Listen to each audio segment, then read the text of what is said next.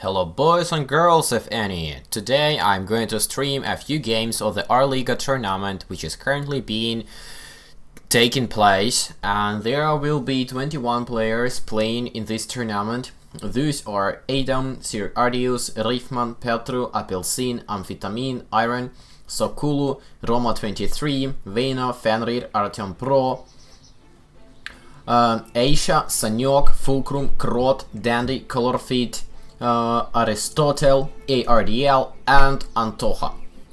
So the settings will be exactly the same what we have for the quick plays, but they are playing 1 versus 1, not 2 by 2. 15 minutes peace time, and the first game I'm going to stream is going to be ARDL playing against Veno. I think the game sound is a little bit too loud, so I'm going to reduce it like this. This is gonna be better.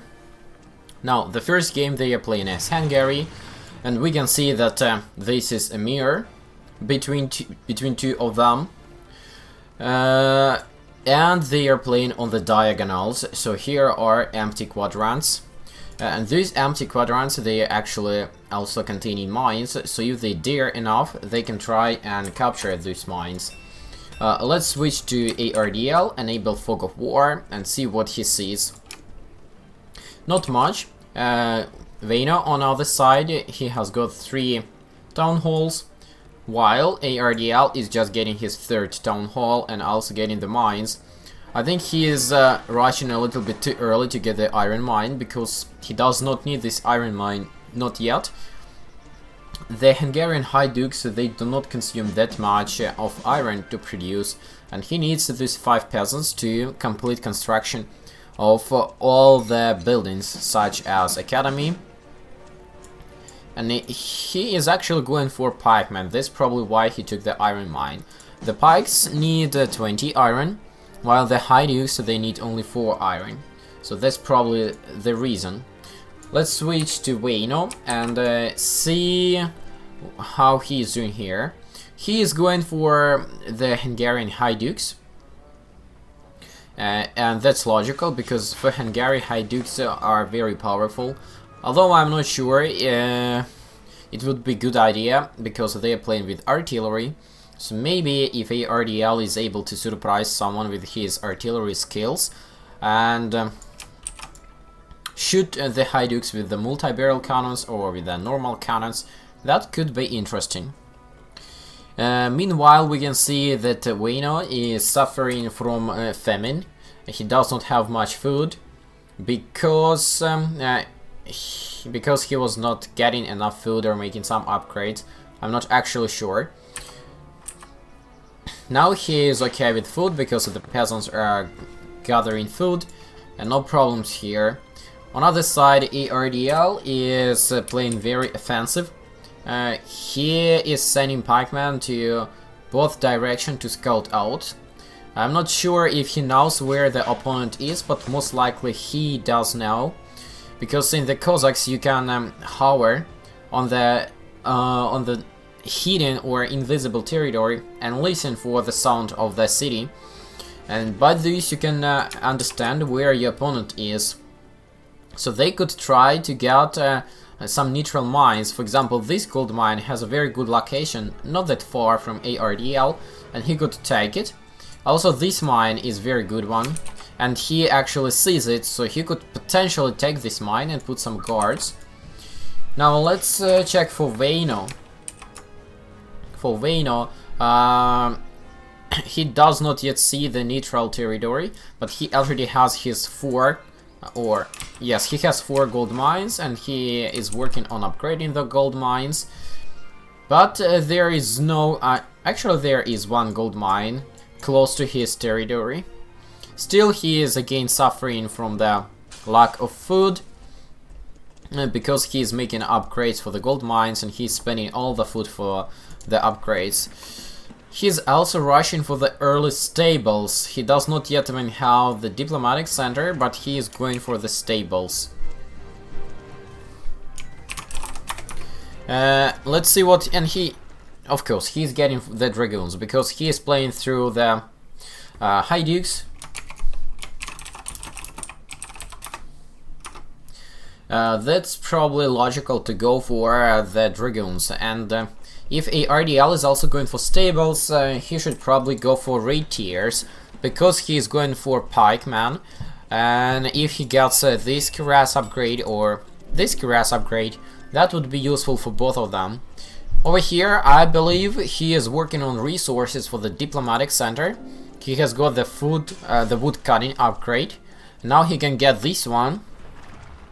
But what he shall really do is probably just do some trades and build the diplomatic center. Instead, he is getting the second stable, so they are playing slightly different tactics. Now, Veno has also placed the second stable, and now Veno has 2 stables. And he is getting the diplomatic center. Now let's see for ARDL. ARDL is just getting his second stable, so he's slightly behind it, and we can also see it by points. 130 by 140 points. And ARDL does not yet have all the mines upgraded, while Veno has all the mines upgraded. I'm not sure, maybe capturing neutral mines is prohibited by the tournament rules, but I would definitely capture this mine and put there some guards. But ARDL is not doing that. Could be because he does not want to play dirty, or could be because it's not allowed by the tournament rules. What do we see here? We see that ARDL is going for raid tiers, which is logical. But he should make sure that he actually got the cuirasses, because without cuirasses, his pikemen and raid tiers will die. Also, he will need like really skillful management for his units, so his pikemen are not being shot one by one, but actually go in and rush. Meanwhile, we see that Veno is taking his third stable. No harnesses upgrade so far, and he has just finished the food production upgrade, and of course has got the wood cutting upgrade, while ARDL is getting the third stable just now. No upgrade so far, no harnesses upgrade, yes. And if we take a look at the academy for pikes, he will need to get these cuirass, and in stables these cuirass, and actually this new type of broadsword would be very useful for his raid tiers. And it's pretty expensive, 4,000 of gold and almost 8,000 of iron. While Veno would have to go for those upgrades for firepower, and those two are must have. To be able to win against pikes, you definitely need to get 2 fire rate upgrades, which are not cheap at all. The second one, the paper cartridge, cost 15,000 of coal, and then you need to get at least this firepower, which costs 4,000 of gold, and this firepower, which costs 5,000 of gold. Colorfate, there is a question if GT Clan has a website. As far as I know, GT Clan does not yet have a website, but Colorfate has some plans for this. Meanwhile, ARDL has hired about 100 grenadiers. I'm not sure what for, but maybe to destroy the enemy buildings. And for some reason we see that only 2 iron mines. I don't know why, but iron will be very important in iron mines. To get this cuirass, it costs 10,000, and also this sword, it costs 8,000 of iron. Somehow ARDL is missing those 2 mines over here. I don't know why or what's up. Meanwhile, on this side we have 2 artillery depots. These artillery depots are very good against pikes, and ARDL would have to make sure that he's not making the dense formations. Otherwise, all of his pikemen will just die for a few artillery shots. Now he's starting to gather all of his units together. Let's see if he has done some upgrades. Yes, he has made some upgrades, and probably will just continue making the upgrades. Yes. When going against enemy shooters, cuirass is much more important than the upgrades in the academy. And why? Because this, for example, it gives just +1 defense, while this cuirass gives +2 defense. And this one, okay, this one has already been taken, but that one also gives +2 defense. Let's see over here. So what we have? We have 16 +2 attack, and 2. No, these are grenadiers. I need my pikes.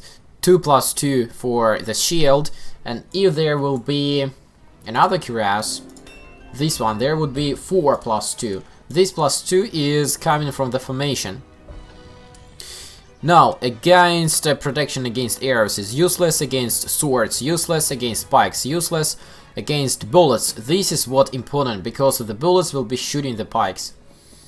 Grape shot, this is back shot when cannons are shooting. So now the problem will be that Veno has cannons and he has the hail, but ARDL is now going to suffer from those Siege Cossacks raids, and he does not have any protection for his mines, and he is losing immediately a town hall, a mine. I believe it's a disaster, and now we can see that the pikemen are just being shot from the with the cannons, and now they are just staying here and not doing anything. Unfortunately, ARDL was distracted by the Siege Cossacks, and now he is losing his army. I don't think he will be able to do here something. If there will be something, that will be a miracle, but I don't really think that would be possible. Yes, the pikemen are fully upgraded, but unfortunately that's it. And now these cannons and Haidukes and grenadiers will just enter the base and destroy it. Veno did not destroy the town hall, but he destroyed this iron mine. And those 2 iron mines were empty, so it was not taken.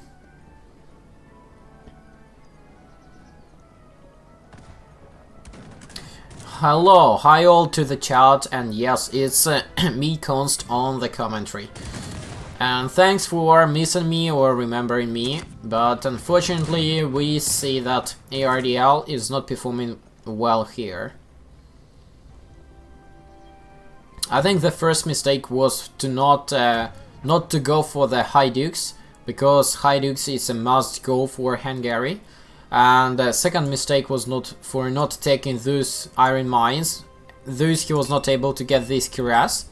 Third mistake was for not putting any guards to the mines, and not only mines. And then he absolutely forgot about the artillery, and now Vane's artillery will just come over there. I think he has 10 cannons. Let's check. Yes, he has 10 cannons, from 5 from each artillery depot. And Veno is not even going to attack. He will be just shooting with his cannons at the enemy base, and that will be game over. Of course, ARDL is trying to save the situation with dragoons, but it's a little too late. He should probably get the dragoons and then went together with his raiders and try to strike to the side or back of the enemy base. But right now it's just a little too late. He is trying, but no. He's trying to keep the dragoons behind the peasants, but the enemy has just overwhelming army. Yes, unfortunately that's a GG. Let's check the statistics. You see here that eventually he has got the second cuirass, but it didn't save him. Because Veno has got 2 fire. No, let's check, because I think he has got just 1. Yes, he has got just one fire rate upgrade, but he had cannons and firepower upgrades. Okay, that's it. Let's see what other game we can find to stream. I hope there will be some nice game, and I'm not sure if they are playing just one game or a few games. Let me ask.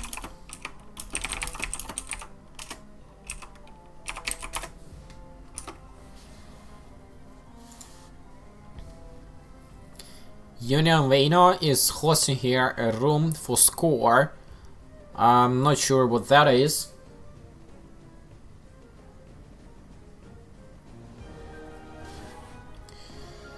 I hope there will be some other interesting game coming up soon. So far, I don't know. And let's check the grade. I'm going to bring up the tournament grid on the screen so we can see what's happening over there. And apparently it is just one. It's just one game, so unfortunately ARDL is out of the tournament and Veno proceeds to the second round.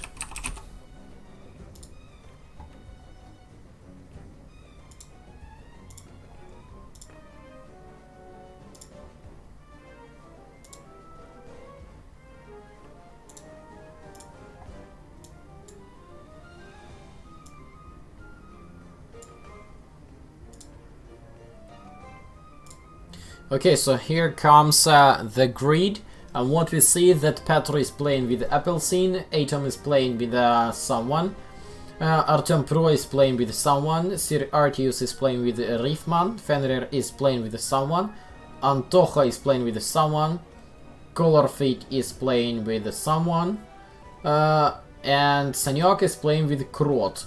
Now the question is why we don't see here Veno and why we don't see here ARDL. Maybe Veno will be advancing to one of these empty spots, and then he will be playing with someone in this grid.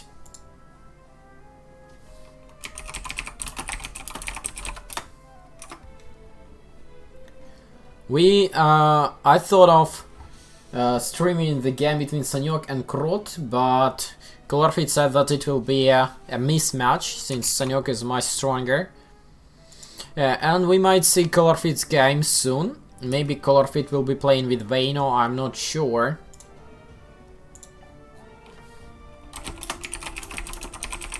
Let's ask Veno who is playing.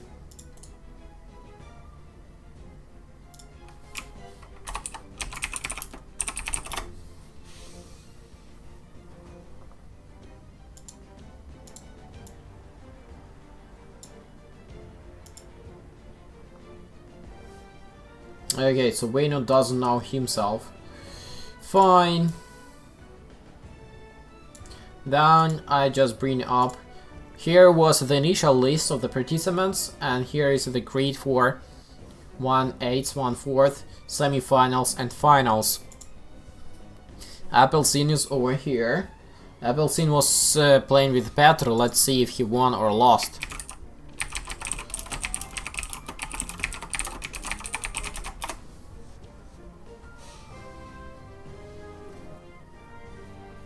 Dandy Antoha is also here.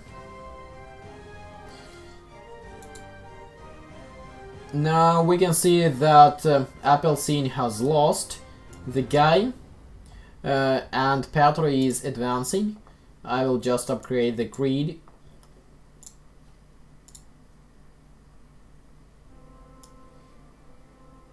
I'm not sure if they have anything for the people who lost, so maybe Appelsin is out of the tournament.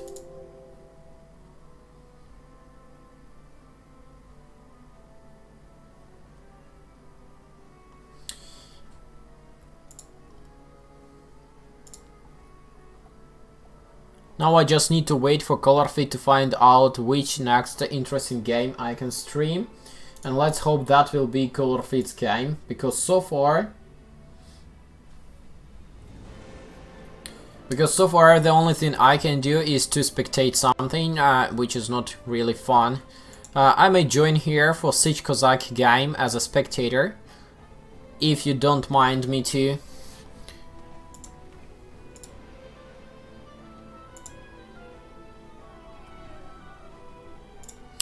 Let's see, yeah, no. I guess it's busy now and I can't join. Let's ask him.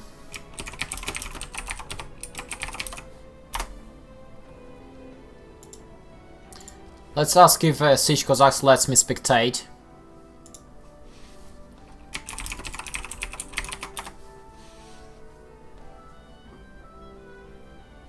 Because if I had to play, that would be pretty bad. I would not be able to just quit. And I would need to quit if Colorfate finds something to stream. Let's get some color which no one would like to take. Probably the pink one. Yeah, so Siege Cossacks agrees that I can stream the game and even comment. Okay, that's nice. So let's see if the game starts for Siege Cossack, that I will just stream a random game. So in the 1/16th kind of a qualification, Fulcrum has won against Roma. Then ARDL lost to Veno, and there are a few more games between Aisha and Iron, Sokulu and Dandy, and Aristotle and Amphetamine. And probably the winners, in this case it's Fulcrum and Veno, will be filling up the gaps with the not available players in 1/8.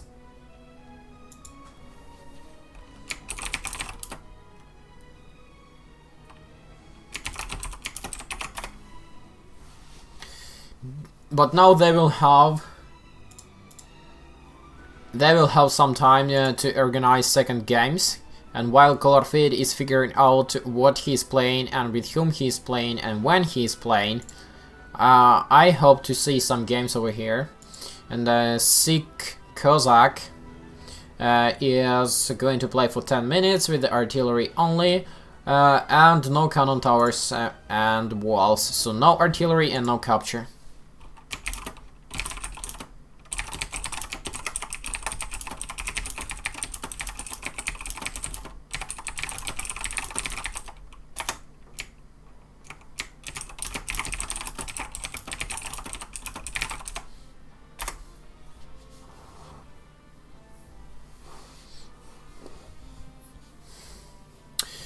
So we see that they are trying to get Ukraine, but someone has just left, and for some reason they're not getting ready and not starting to play.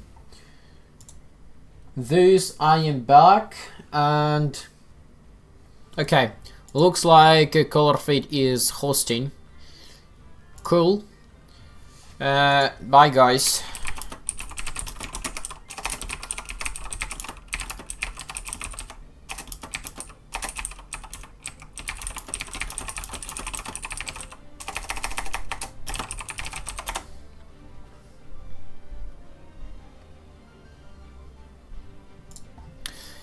Okay, now we are here, and Colorfate is going to play with the Dandy, playing as Hungary again. I am of course ready. Now Dandy, I think Dandy was playing in the 1/16 of the tournament, and he won against Sokulu. Okay, then there are two more 1/16 left. Is Aristotle and Amphetamine, and Aisha against Iron. I think Aisha and Iron, these two players are just aligned to play together. No.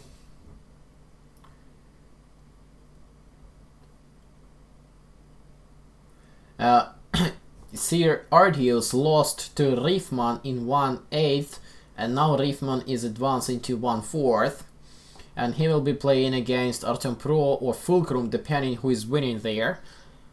Meanwhile, the game has loaded, and we are waiting for Colorfate and Dandy. We see that location is very equal to the last game, and Colorfate is on top left, while Dandy is bottom right, They both are playing quite the same so far, and I guess they will be rushing for the early market as usual. Yes, exactly. That's what most of the players do, and so far there is not much interesting. So let's investigate the mines and see if anyone will be getting some extra neutral mines. Here is one potential gold mine for Dandy. And here is one potential gold mine for Colorfate. Yeah, so they both have one extra gold mine which can be taken from the neutral territory. 3 down hole, 2 barracks, blacksmiths, everything pretty standard. Let's enable the Fog of War and see what Colorfate sees. And Colorfate is going for the wood cutting immediately, putting here the storehouse instead of this burnt one, which makes sense. Getting another gold mine and probably looking for more gold mines. Now he has just 2, but he will need to discover a few more. And of course he is going for the High Dukes. I hope Dundee is also going for High Dukes, but Dundee hasn't yet completed construction of his barracks, but yeah, he is going for the High Dukes. Now we see that he has some delayed peasants which supposed to build the academy and then go to harvest the food or cut the wood.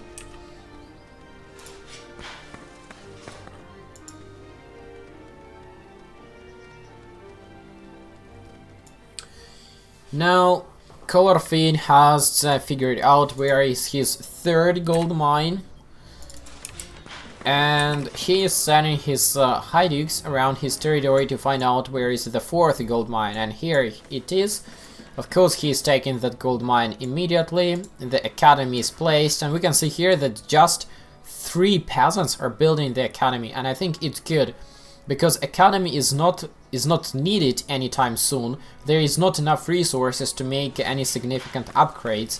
Thus he is just saving the peasants' time. While the peasants are working on the academy, the other peasants are gathering food and cutting wood. Of course, the first food production in the mill is taken. This is not yet taken because it's not necessary. Just saving a little bit of gold, just 90 gold, but that's still important. Another mine, the 4th one, is placed, and Colorfate is starting to upgrade his gold mines immediately. Yes, this gold mine is upgraded. Now the peasants are going into. While those 3 peasants are slowly finishing up the academy. Meanwhile, on the points, Colorfate is leading a little bit. Danny, on the other hand, he is also doing pretty good, I would say. Let's see, he has 4 gold mines already and should start working on the upgrades pretty soon. The food production upgrade taken, 1 in the academy also taken. Colorfate have not yet finished his academy, so Dandy has slightly more food over here. But Colorfate has already upgraded 3 gold mines for to the 2nd level, and he will get more gold. So this one is upgraded and populated. This one is upgraded but not yet populated, and this one will be upgraded soon. So it's just a matter of a few seconds before Colorfate clicks this icon. Taken a bit longer than expected, but it's finally clicked. Now, Dandy has 30 peasants working on gold. What is this blue on the mini-map I can see over here? Okay, so Danny has here some spies, and Colorfate doesn't bother to kill them. So Danny has here a High Duke, and here a High Duke, but Colorfate does not bother to kill them. Still, Colorfate is working on his gold. I think his High Dukes are not even able to kill that dude because he does not have any call to shoot. Guys, could you please speak English in the chat because I cannot read all of the possible languages. Danny is collecting his hydux on the neutral territory, so potentially Colorfate could get a few siege Cossacks and kill them all over there. Of course, Colorfate has got this food collecting upgrade as soon as he has got to the academy. Now the diplomatic center is ready and round shares are coming out. 7 minutes of peacetime left, and Colorfate has 40 peasants working on gold. The diplomatic center is ready, and on this side we see that Dandy decides to invest into 2 stables instead of the diplomatic center. I think it's not very good approach. I think a diplomatic center should go first, and then you go for stables, because in stables you will get far less units compared to the round shears from the diplomatic center, which are very crucial. Meanwhile, Colorfate is building and upgrading his iron and coal mines. For example, this iron mine is upgraded but not yet populated. Now Colorfate has got all of his mines. One is just finishing construction, but he has figured out where all of his mines are. Let's just hope that he will not forget about the artillery and that he will get some guards for his mines, because I don't want to see someone is just suffering from the artillery shots. Dandy is being tricky. He is going for the Hungarian Hussars. Those are very annoying, especially when they are combined with the siege Cossacks from the diplomatic center. You can do a lot of bad things.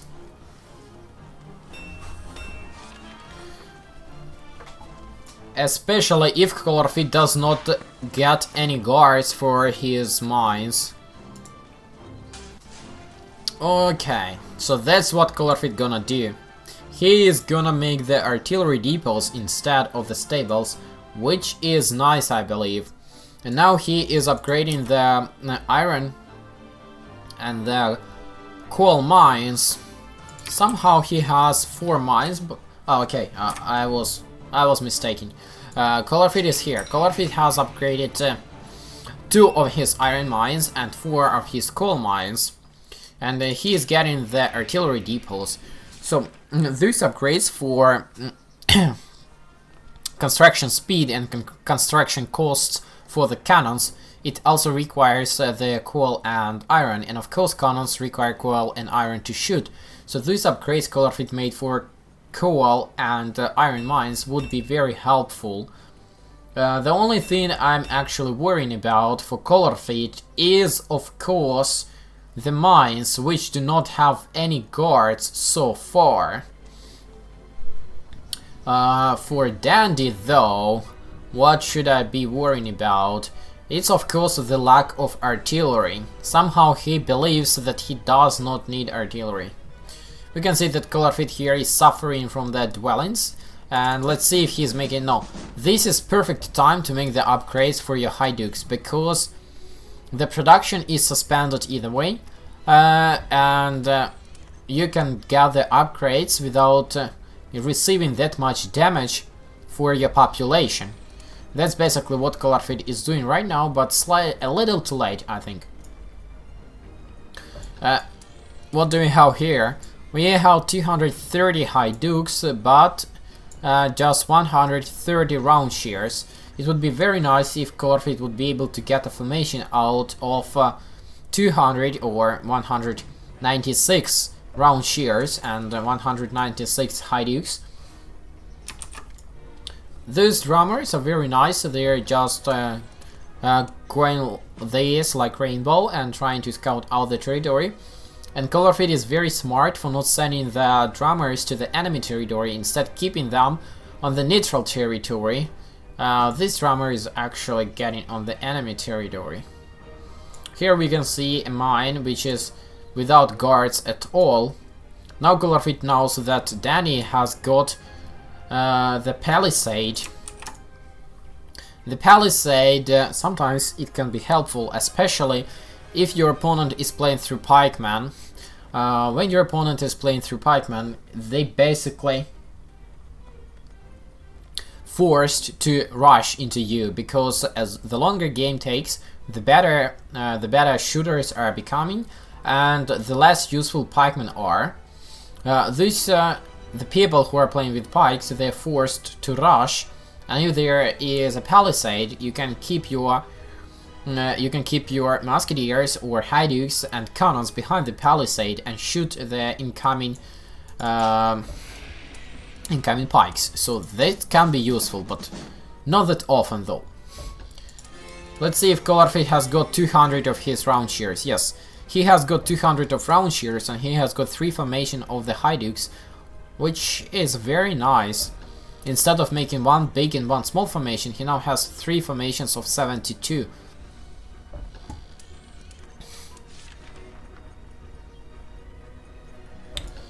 And he is slowly getting to the enemy, while Danny is launching this side attack with his siege Cossacks and Hussars. Now Colorfate sees these, and he's sending some units back. I'm not sure why, probably to counter. But I think it would be very nice if he could make a few cannon shots to this bunch. Of course, Colorfate will lose a few mines over there, and probably will lose a few houses, and yeah, Colorfate has blown up that mine. Now Colorfate is trying to gather here some units to defend himself against this rush, and this one is coming, and the cannons are going to break through the palisade, while here we see that Hussars are cutting off the peasants and the mines. I think this one is more interesting. Peasants are killing Hussars pretty easily, but still Colorfate has lost 2 mines. Not that a big deal. Let's see what's gonna happen over here. Now Colorfate needs to take the cannons and shoot over here. That's exactly what he is doing. And the enemy cannons are coming. Yeah, the enemy cannons are coming, and now the cannons will be shooting right over here, which could be very deadly. I think it's probably time to demolish your formations. Let's see. Yeah, now Colorfate might lose his cannons. Yeah, Colorfate has lost his cannons. That was very bad.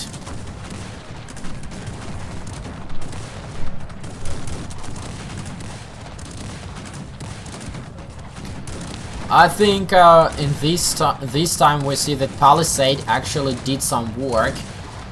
Without Palisade, Colorfate would be able to just enter into the enemy base and wipe up. But Palisade saved him.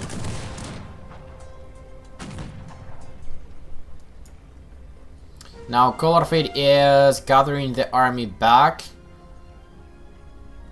and going to prepare to defend himself, but then he has got a few cannons from Colorfate, and now he has 11 cannons, how many and 2 artillery depots, and he has 3 stables, 2 barracks, a little bit less upgrades compared to Colorfate.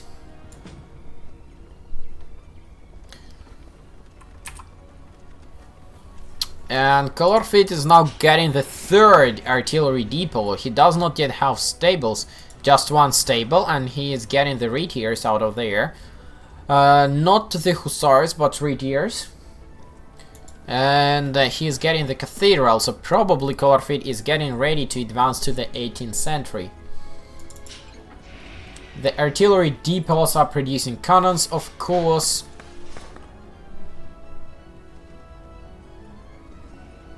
And Colorfate is getting ready to defend himself against the counter-attack. Now these siege Cossacks, they can be easily killed. Colorfate is not properly controlling them and losing like half of his siege Cossacks. Now he will start to lose the mines. And we can see that Danny is sending his round shears, oh sorry, not the round shears, the hydukes without round shears. He doesn't even worry about it. and he's not making formations to be able to defend himself against the cannons. But as soon as Dandy's cannons will start to shoot over here, Colorfate will lose half of his units after a few of the shots. That's exactly what's happening over here. Like, half of the Colorfate's formation is demolished. Colorfate, it's time to remove formations of your units and spread them out so the cannons will not kill all of them. Now it's gonna be a cannon shots.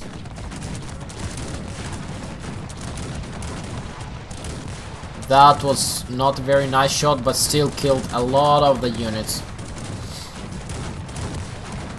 Let's see if Colorfate can stand against this counter-attack from Dandy, but so far it doesn't look so good for Colorfate. Colorfate has just 8 cannons. And he is pulling back, of course. Now he will be losing another cannon over here. Yes, now he has just 7 cannons. And Dandy has something like 14 cannons. Yep. I am afraid this could be a GG.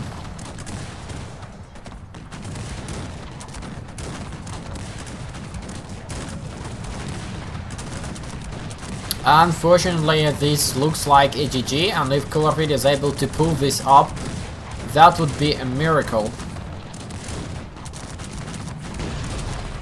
Colorfate is taking his peasants, but there is not much peasants can do against the enemy cannons.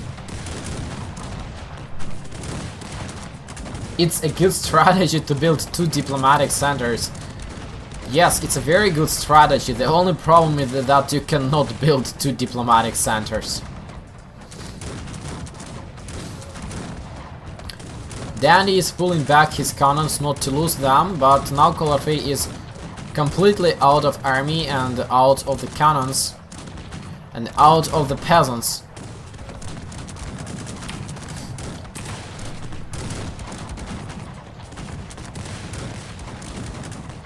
The production of cannons is or was suspended. Now Colorfate has cannons, but he does not have army.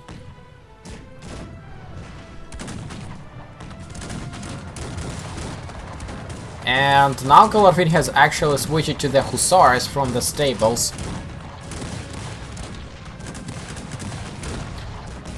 Meanwhile, Danny is trying to remove one of the Colorfate's artillery depots, and Colorfate does not even have peasants to fix the artillery depot.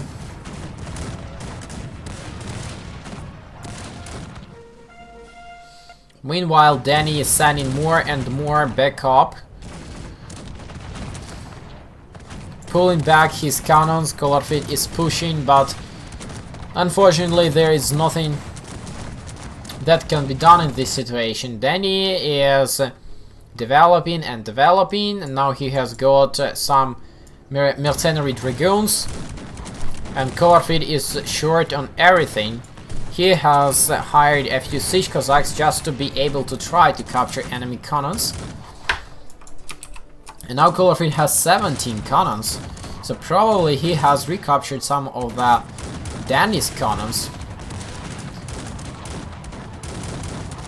And somehow Colorfate is actually able to push Dandy back.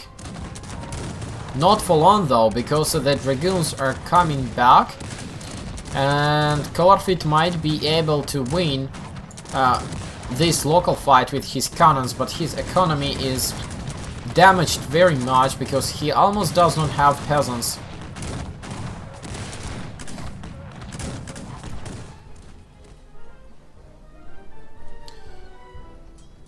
Okay, maybe they decided to stop fighting, so for now. And Colorfate here has just lost another gold mine. While Dandy is doing well, he has got all of his mines. And now those dragoons will be killing the retreating Hydukes and retreating Round Shears from Colorfate. The Hussars will be cutting a few more mines over here, like this iron mine, which would be very unpleasant. But Colorfate still has 17 cannons, and these cannons can shoot out the incoming forces. Some more dragoons are coming. Colorfate is getting to defend himself, but he has just 5 peasants working on gold. I'm not sure which are these. Okay, that's this mine, and it's not even upgraded, probably because it was lost and reconstructed. Let's see if Dundee has got the harnesses upgrade.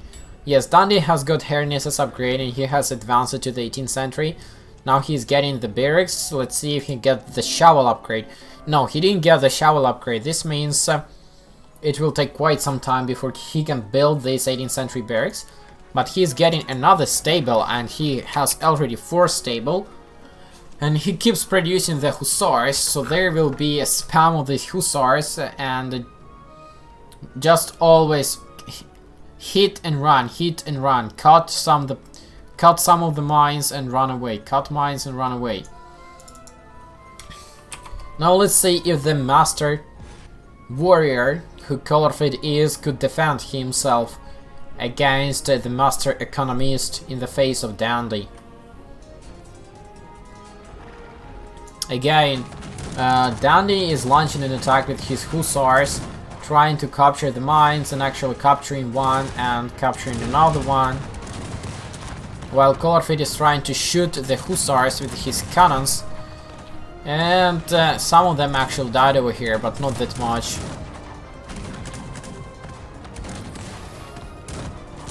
And Dundee just does not let Colorfate to build the mines that he has lost, and now Colorfate is going to lose the academy unless the peasants can save it, which is very doubtful. Meanwhile, Dundee is launching another attack. This time he also has cannons close by. He has lost here quite a few dragoons for Colorfate's cannon shots, and Colorfate is gonna shoot the dragoons again right now, I believe. No, he is shooting the High Dukes and the Round Shears.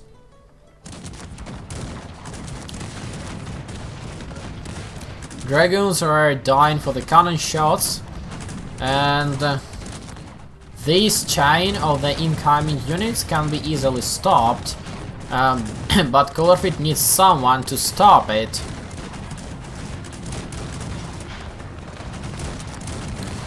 Let's see what's gonna happen over here, because so far, for me it looked like Colorfate did not play serious for the first half of the game, and now Colorfate is trying to play more serious. Dundee has lost all of his cannons, and now he will need to rebuild the cannons again, and now he is retreating back. Meanwhile, he is getting another 17th century barracks and another 18th century barracks, but he did not yet get... Okay, now he's finally getting the shovel upgrade.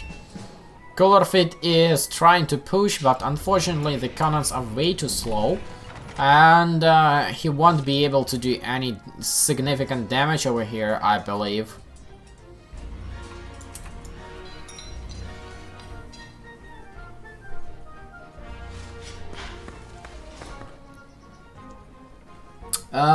Yeah, if you can capture enemy peasant early on and get the second diplomatic center, that's a very nice tactics, I believe.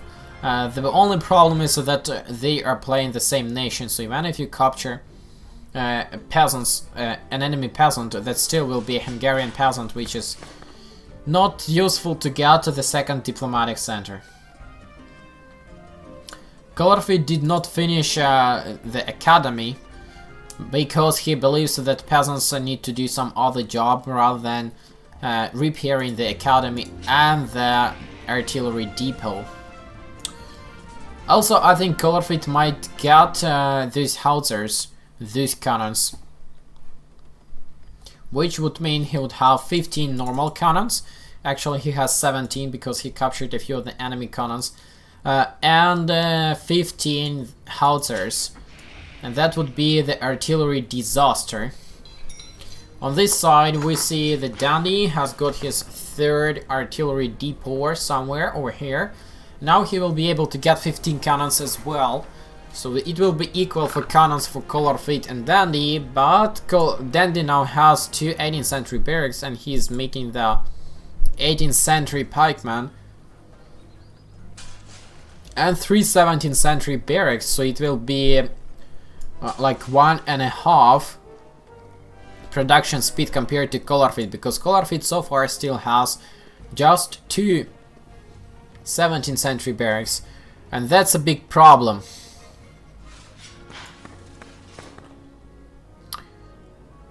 Danny is trying to get another gold mine. Colorfate was trying to stop him. Actually, it was Colorfate trying to get that gold mine. But Dandy stopped Colorfate from doing so. And now Colorfate will actually lose another gold mine. Yeah. Now Dandy has 43 peasants working on gold, but Colorfate has just 25. I think Colorfate made a mistake by not blowing up this mine. Dandy tried to capture the artillery, failed.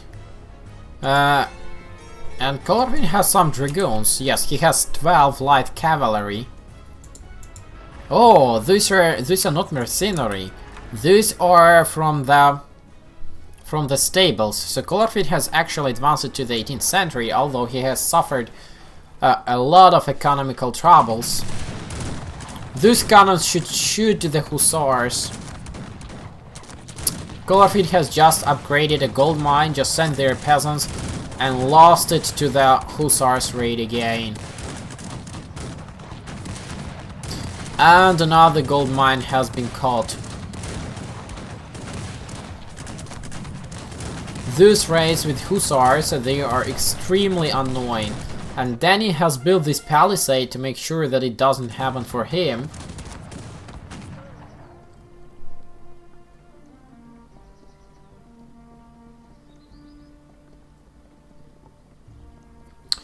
I think something is definitely wrong with Colorfate this game. He has lost his academy, has lost 2 gold mines again, and actually not 2 but 3. This gold mine has also been taken, and Colorfate is not recapturing it.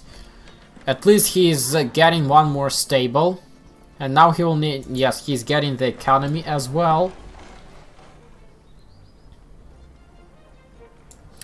The cannons are going somewhere on their own, while they should go back and be under the protection from the army, not to get captured.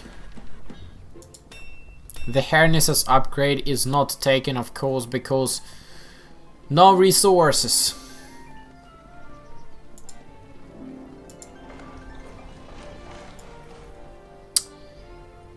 I don't think Colorfate will be able to stand against these.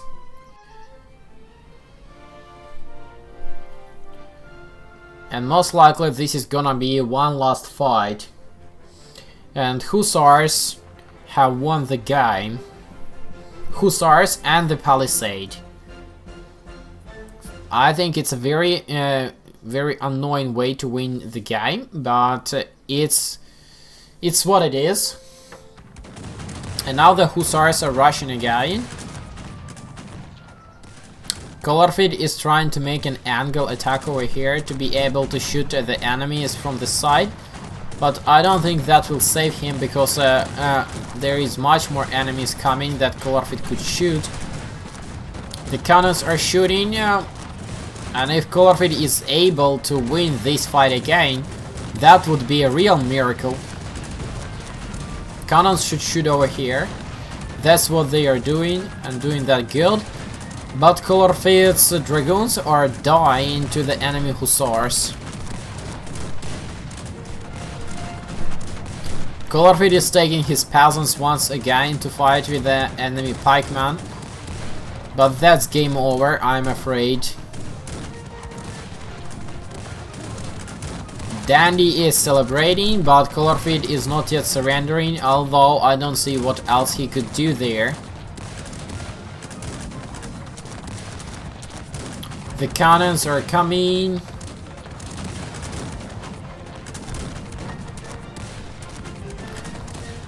I don't know why Dandy is not shooting with the cannons, but Colorfate is being stubborn to surrender. Okay, that's a GG, and let's check the statistics and see what has been done wrong. So far, till this point somewhere over here, Colorfate was doing actually pretty well, but then he launched a very deadly attack, but unfortunately the attack was deadly for him, not for Dandy. We can see that Dandy has got 2 million of food, while Colorfate has got just 700,000. And Dandy has also got more gold, but Colorfate has got more iron and slightly more coal. Nevertheless, I think it was not the best game of Colorfate, but that's what it is, and let's hope we will see a better game next time. Let me check what other game we might see. But so far I'm going to reload the grid and see what's going there. Of course, Sanyok has won against Krot. So now we have Petro playing as Adam in 1/4 of the tournament. But first I need to update the picture and show it on the stream.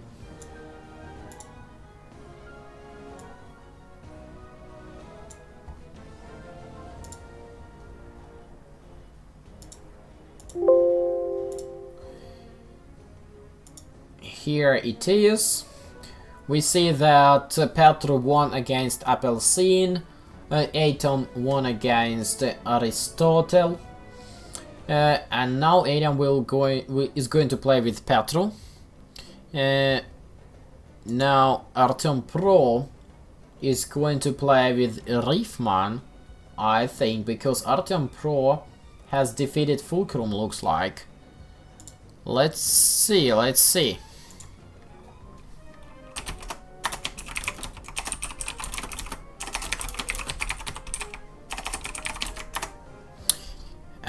They are kicking me. No, they are not letting me play, and that's bad. Let's ask Colorfate.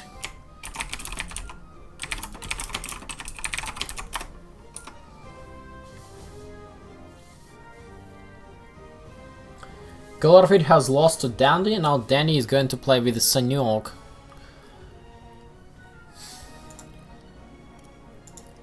Okay, and Sanyok has already made the room, and looks like they are going to play as Hungary again. So let's let's try to stream this game and see if they are going to kick me or let me play, or let me stream.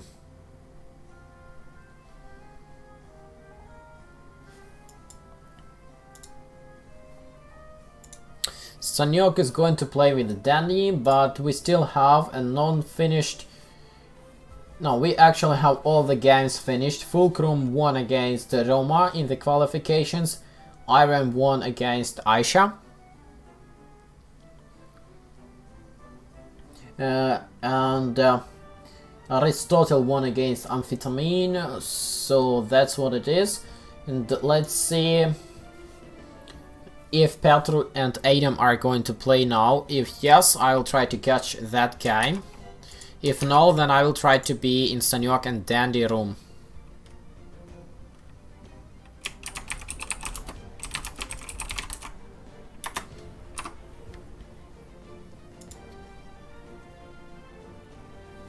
Sanyok, what's up? Are we going to play? Everyone is ready, and it's just Sanyok missing up here. I guess he is not next to the keyboard.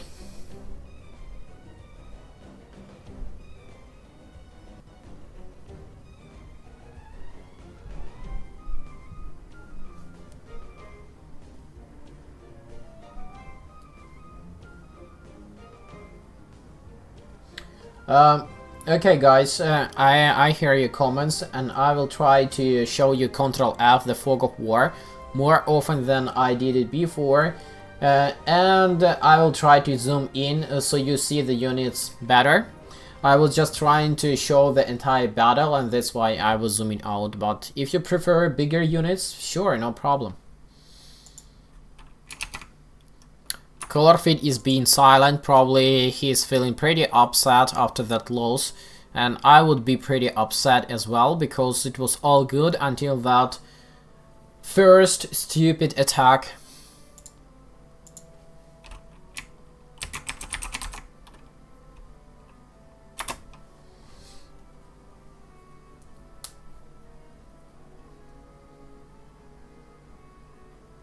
Yeah, we can see that Colorfate is pretty upset.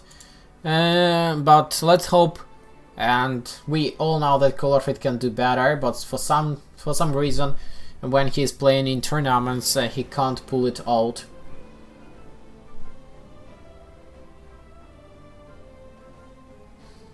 Colorfate is good when capture is off. Maybe, but I think Colorfate is also good when capture is on. So Sanyok is finally back, and he has kicked everyone except me, so I hope this means that I can stay. Let's just get started.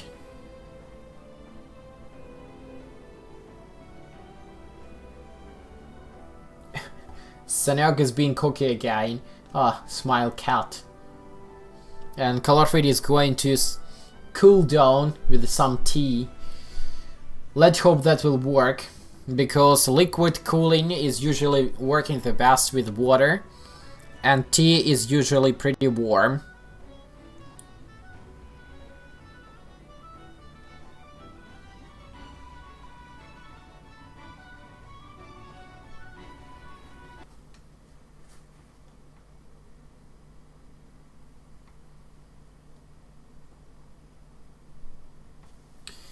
Now Colorfate is explaining what has happened.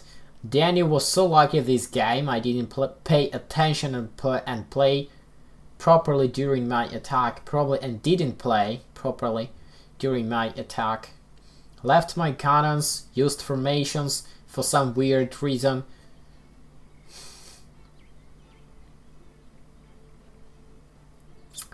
Yeah, I think Colorfate was not playing well this game, but that's what it is. Sanyok is ready, me is ready. Now we are waiting for Dandy and Kombinica, or whoever that guy is. I think he's a Polish streamer. If it was best of 3, Colorfate would won.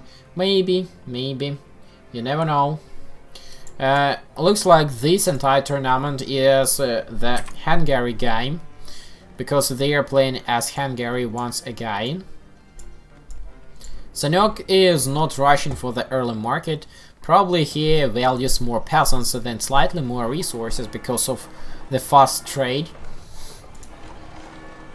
The peasants hire is starting immediately after the town hall is ready. Now he is going for the blacksmith, and of course the market and the second town hall. Second town hall ready, peasants are starting to go out. Let's enable the fog of war and see what's happening here. Market ready, blacksmith ready, 2 barracks are going, and then there will be 3rd town hall when the market is placed. Yes, so Sanyok has sold all of his coal for food, I guess, then all of his iron for stone, and then also something of the gold. And he's getting the 2nd barracks, the academy, and the 3rd town hall, placing immediately 2 gold mines. He has got the gold mines in a very good location over here. Hiring the peasants from the 3rd town hall, getting the high dukes. So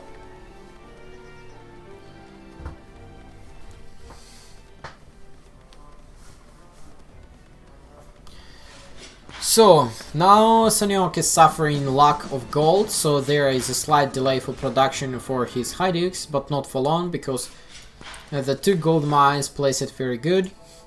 Now he has got his 3rd gold mine and the 4th one. I guess he will be placing the 1st gold mine very soon over here. Come on, Sanyok. He probably doesn't see it yet, but it should be very soon. Let's see how many peasants here. It's just 25 peasants here left. All other peasants are sent out into the mines.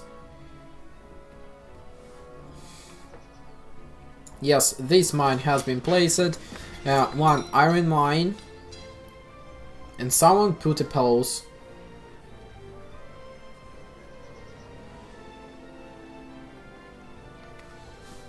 Something is going up, I have no idea what, and I cannot read that. But so let's just wait and see what's going to happen. Let's hope that there is no crashes or something. Maybe someone needs to go and drink something.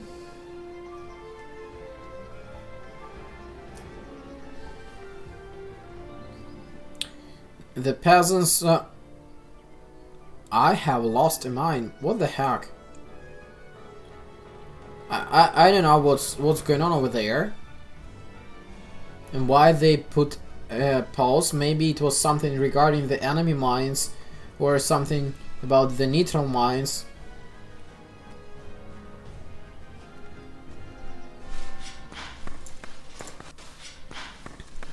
Anyway. The game continues and that's good. Ah, okay. I think they've been complaining about this mine. Now I got it. So Sanyok actually tried to put this mine over here. But it was actually not his, it's Dandy's mine. So that's the game problem. The generation of the mines is not perfectly aligned with the territory.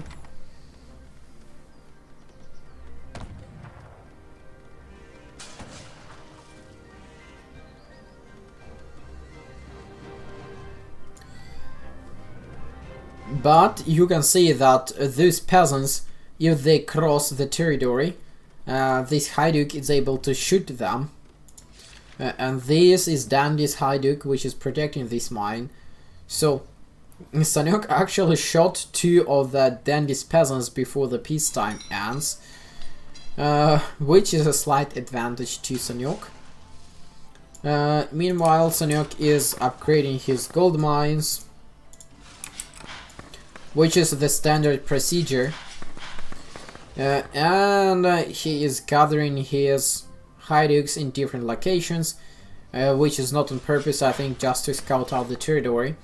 And he is suffering some food shortage because he is using all the possible food for the mines.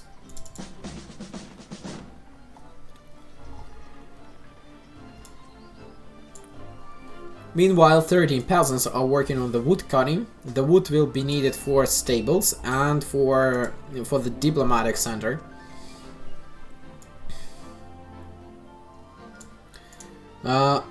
Okay, getting another coal mine over here. So far, Sanyok has 4. No, just 2.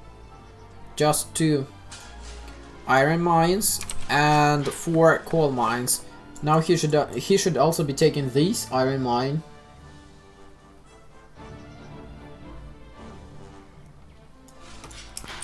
Let's take a look at Dandy, what he is doing over here. He is getting the stable, and I think he will be going for the same tactics as he did with the Colorfate in the previous game. But Sanyok is going for the diplomatic center, as I suggested that getting diplomatic center is actually better than getting a stable. So first you're getting the diplomatic center, then you're getting the stables. Danny is doing otherwise. This time, although he's pretty close to Sanyok, so maybe Hussars will not play that huge role and Sanyok will be able to just rush in and demolish Dandy. We'll see, and so far I don't see anything being produced out of this stable. No, he has actually started producing. Here is another stable, so yeah, he is going for exactly the same tactics, going for the Hussars. Or how they are called. Yeah, they are called just a Hussar. So Hungary does not have 18th century Hussar, but it has a Hussar in 17th century.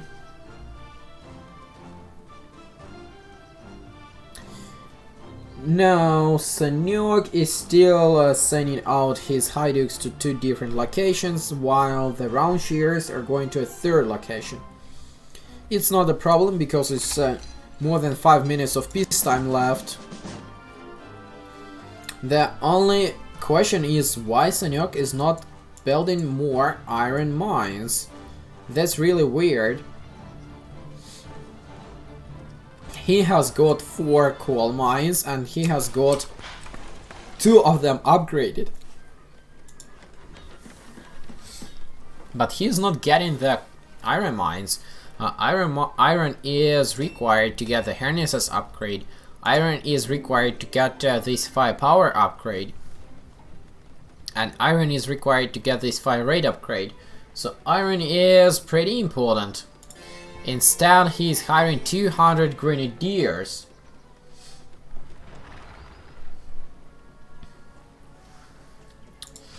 While he's still not getting the iron. And we can see that Sanyok, when trying to build a palisade, seriously, I have never seen Sanyok building a palisade. But looks like he's going to build a palisade. Let's see which, yeah, these peasants are going to build a palisade.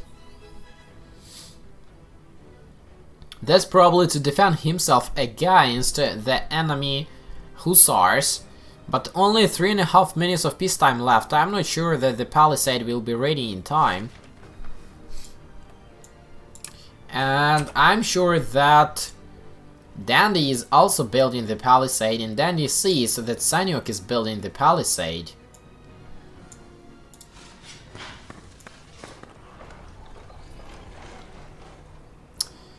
That's interesting.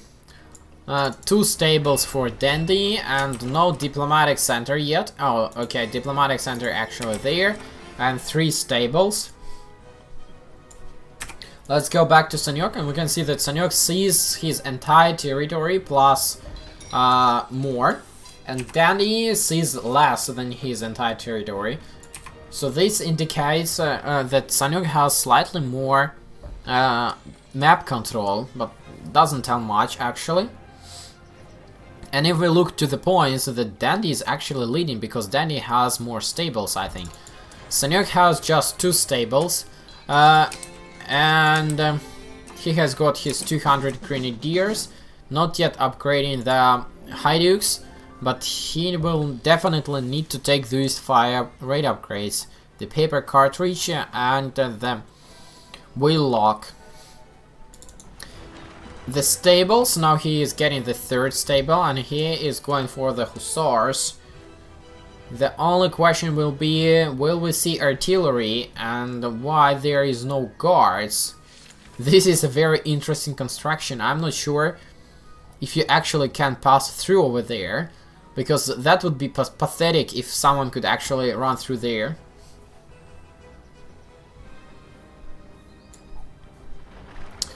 Now, Sanyok has got his 1st artillery depot, 2nd artillery depot, so yes, Sanyok is definitely going for artillery depots, and let's see if Sanyok is upgrading his Hydux while he's short on dwellings. No, he is not, instead he is rushing to get the houses. Artillery depots ready, upgrades are coming. 3 stables, but only 2 stables are working, so Sanyok is making here a small mistake. But he's starting to lead on points. I think this stable is not producing anything, unfortunately, so Sanyok will be low on a few of his hussars. And Sanyok is building a tower. This is something really new. I have never seen Sanyok playing this defensive. I thought that Sanyok will be rushing immediately. Instead, he is building palisade, a tower, and camping on his base. That's probably because he is investing in the economy. You see that peacetime is over and he hasn't yet finished upgrading his Hydux, and he does not have any fire rate upgrades. Now he's getting the first fire rate upgrade, and he is hiring shit tons of siege Cossacks. I think he has hired almost 100 or even 100 of the siege Cossacks. The palisade here is lost because enemy hussars arrived, and Sanyok blown out this mine very in time, and a lot of enemy hussars died over there. Still, Sanyok has here an open gate, so this is basically a welcome for Dandy, just go through.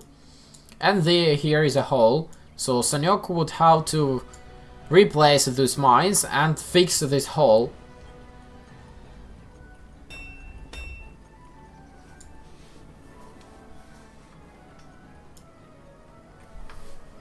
Now, let's see if they got the harnesses upgrade. Sanyok has got the harnesses upgrade, and Danny has also got the harnesses upgrade. And they both are playing very defensive. Now, let's enable Dandy view and see what Dandy sees. So Dandy is trying to make some sneaky maneuvers, and he sees that here is a palisade. Let's see if this palisade will be good enough to save Sanyok from some raids.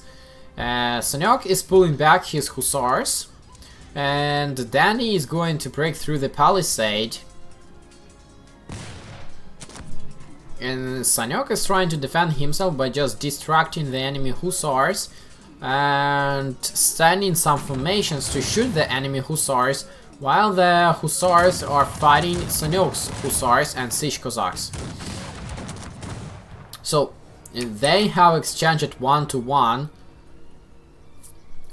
All of the hussars died from one side and from other side, but Danny has here a few more, and he's sending them again.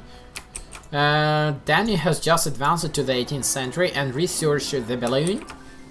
How about Sanyok? Sanyok does not yet have the balloon, but he has captured Dandy's iron mine. And Sanyok is not yet in the 18th century, but Sanyok is getting the cannons.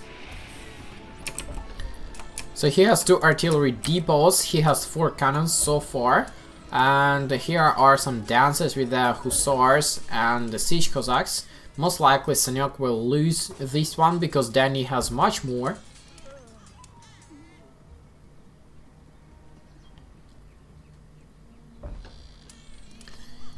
Now, looks like Sanyok decided that it's time to go, and he is moving his army towards the enemy. Meanwhile, Danny has invested into the 18th century and probably has got the second food production upgrade. Yes, he definitely did. Now the question will be if Dandy has enough cannons. Yes, Dandy has 6 cannons over here, and the cannons should start shooting. The open gate is now closed, and Dandy is going to fight the enemy siege Cossacks and the hussars half in half, but actually he is winning here, while Sanyok is making holes, and Sanyok is starting to shoot with the cannons. Dandy, where are your cannons? You should shoot! Instead, Dandy is losing all of his siege Cossacks over there. Dandy, where are your cannons? Why you're not shooting? Like, seriously, this is stupidity. Why his cannons are not shooting? This is a perfect place for cannon shells. Yeah, finally the cannons are shooting. Sanyok is sending his siege Cossacks and hussars into the enemy lines. But so far it's not looking that bad for Dandy, as I thought that could be. And something is happening with the Dandy's cannons. They are not shooting. Sanyok is retreating. Now Dandy should not go into this trap, because the cannons will shoot him, and he might try to capture these cannons with his hussars. Still, Danny has lost a mine and a diplomatic center, and he is building the diplomatic center immediately over there. And I think Sanyok will regroup and try to attack again. Actually, Dandy is removing the palisade over there and trying to launch in a counterattack. Let's see if that's gonna help, if that's gonna work. The diplomatic center is ready, and Danny has 10 cannons. Cannons are shooting well. Sanyok is rushing with his hussars. And Sanyok might be able to capture these cannons, which would be... yeah. Sanyok has captured all of the Dandy's cannons. Now this is game over for Dandy, because Dandy has no more army. And the cannons are captured by Sanyok. And Sanyok has 19 cannons, almost 20 cannons. Just a few cannon shots and the Dandy's base is empty. Yeah, Dandy surrenders. But Dandy was actually playing very well. So, the double palisade actually worked for Sanyok. And the Dandy's mistake was to actually try to counter-attack, and then he was not controlling the cannons well. He was defending himself well, and he was in 18th century. So, I think he has got 18th century like 3 minutes before Sanyok, or maybe 2 minutes. So he potentially would get an advantage with the more resources, food gathered, and he should not try to counter-attack, because he did not even have the fire rate upgrades. But that is what it is, and congratulations to Sanyok. Danny sadly lost, but he was playing well. Okay, let's go to the main menu.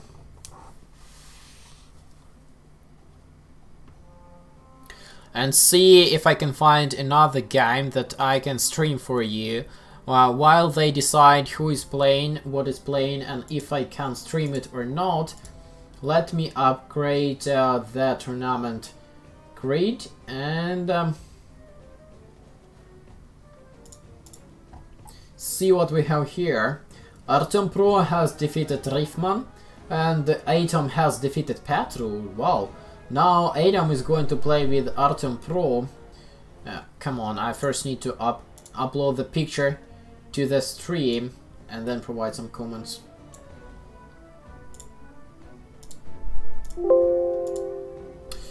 Okay, now we see that Sanyok defeated Dandy, and then Sanyok is moving to the semi-finals. Sanyok, RLIGA 3rd round, I will be joining over here and be spectating if Sanyok doesn't kick me.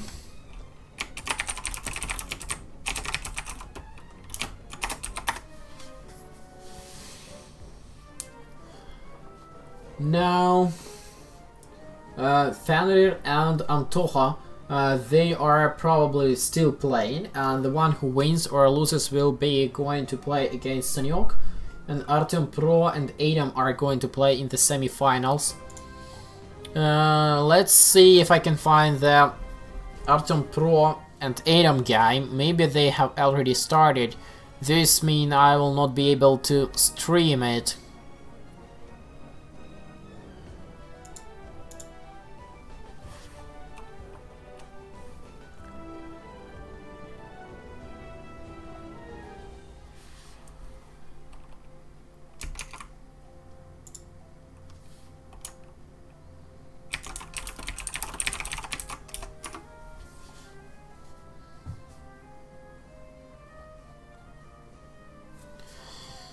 No games so far, I can see, and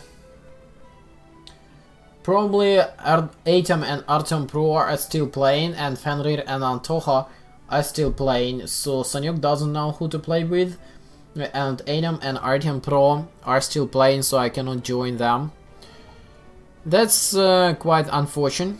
This means I will be looking for some other games to just join and see if I can stream them.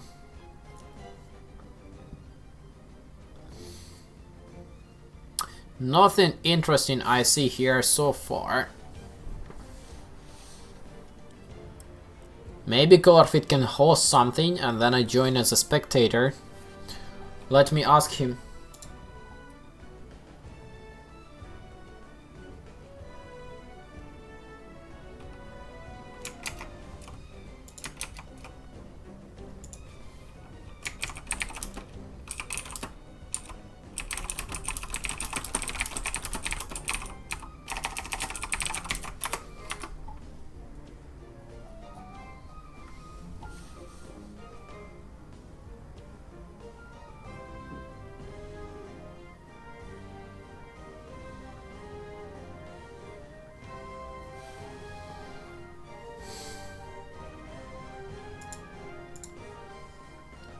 Okay, so there is another room from Union Wayne, and I will try to join.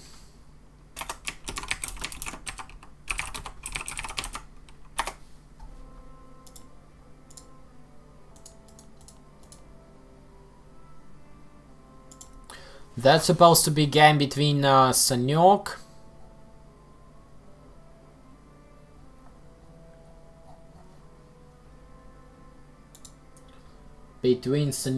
and not yet decided because Fenrir and Antoha are still playing.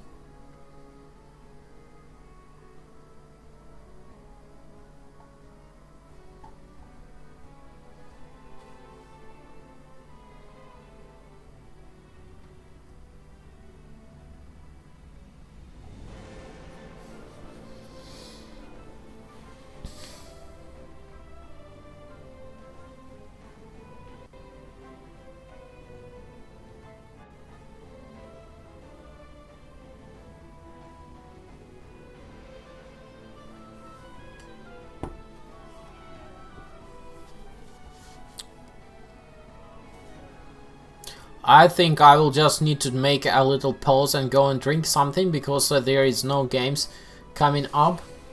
They are still playing, so no one can play with the Sanyok.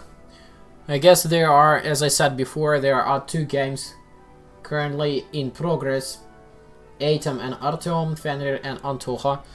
When these games are finished, I will try to capture the next game and try to stream it. But for now, it's a small pause. Or maybe not. Sanyok is hosting something again. So maybe we can actually get someone to play with. Or at least spectate. Still, Fenrir and Antoha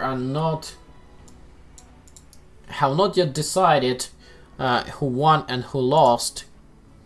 But we have some crazy dude called Kenzo.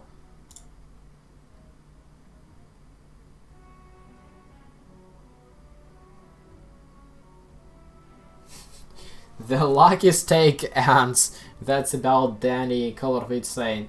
Well, yeah, I don't think Danny was lucky in the Sanyok's game. But he made a stupid mistake trying to counter-attack. When he should just stay on the base and try to defend himself.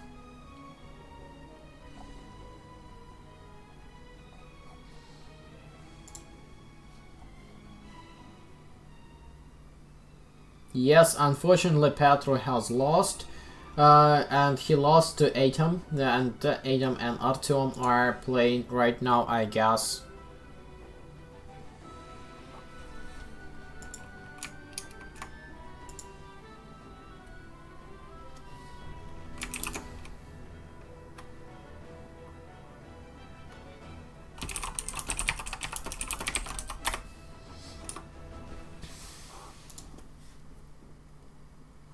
Okay guys, excuse me please for like 5 minutes. I'll just go to my kitchen and bring something to drink. And so far we're just waiting for someone to show up to play with the Sanyok, and that someone will be either Fenrir or Antoha.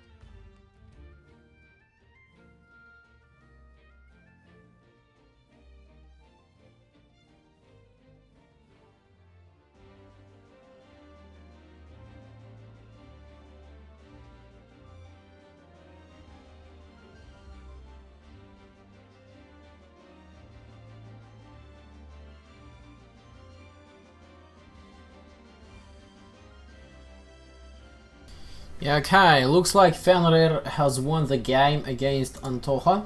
I'm not yet sure though, but he's in the room, so maybe we are going to see a game between Senyok and Fenrir. Fenrir is a very good player, so... Okay, I need to join to wine room, and where is that wine room? I can't.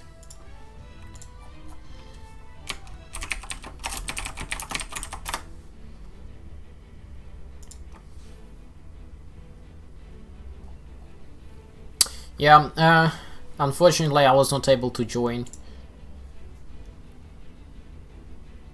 Let's see what's going to happen there.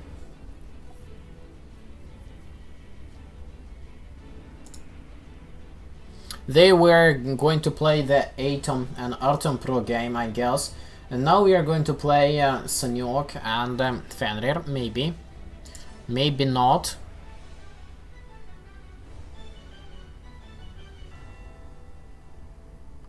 Oh, okay, Wayne is re-hosting.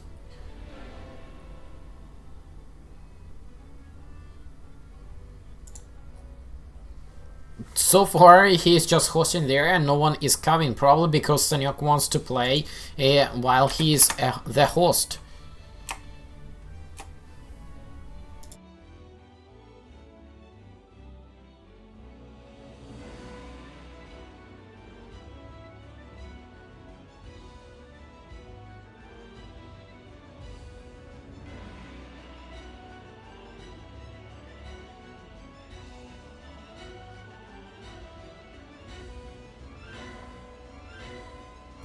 Okay, here we are. Looks like we are going to finally see the...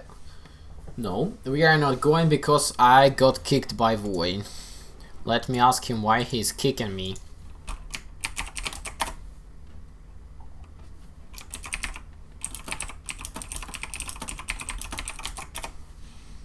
Just let me spectate and stream it, please.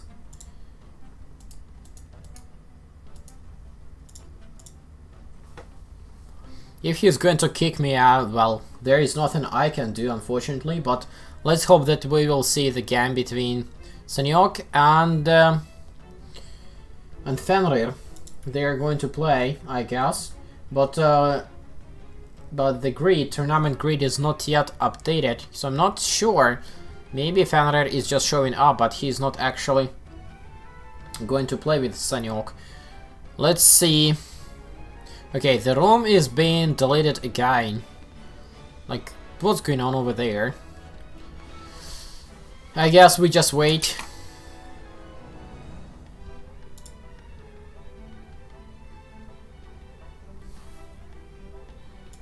Okay, Atom is going to play with Artem Pro.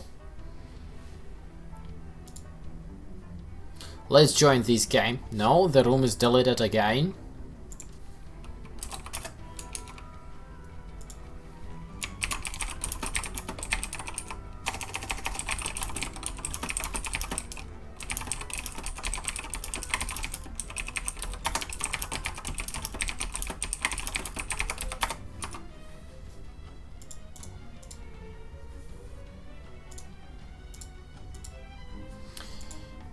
Okay, let's hope that this one will actually be the room to play.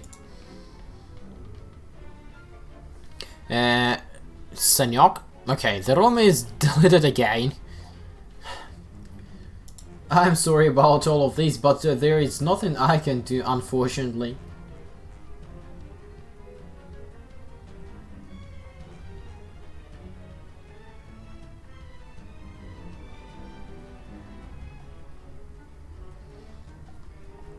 I guess they can't decide.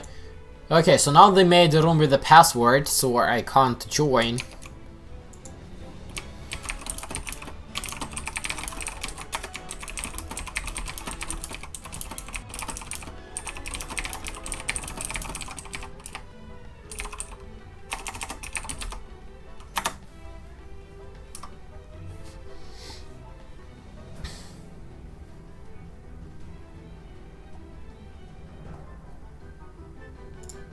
Let's see if I can get the password to be able to join the room and stream it. That's supposed to be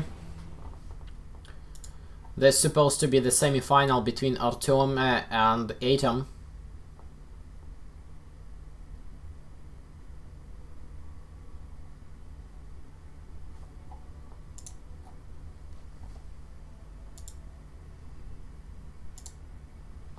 And yes, looks like Fenrir has won against Antoha, and now we have two semifinals: Artem Pro and Fenrir and Sanyok. So let me upgrade the grid.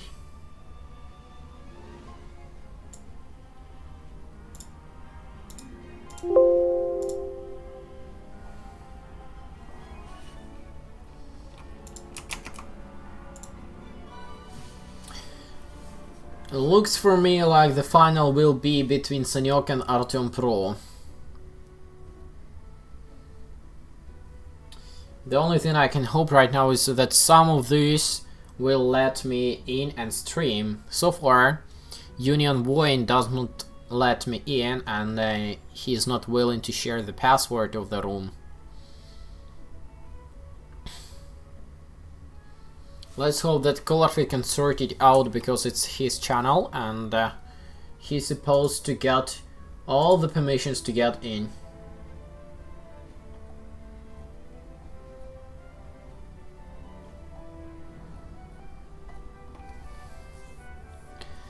Sanyok, where is your room? You're supposed to play with Fenrir instead. You are hiding somewhere. So here is Sanyok.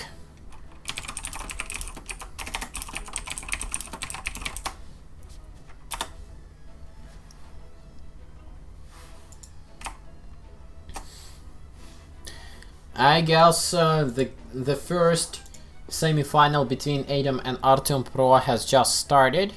This I will not be able to stream that one, but we still have another one between Fenrir and Sanyok. So maybe I could get that one. Not sure though.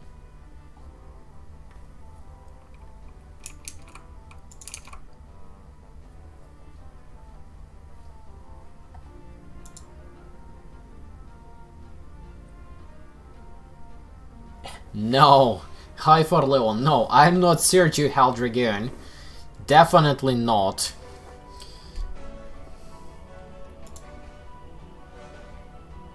And if you don't believe me, you can go to Sergio and ask him. I believe my English is at least slightly better than his.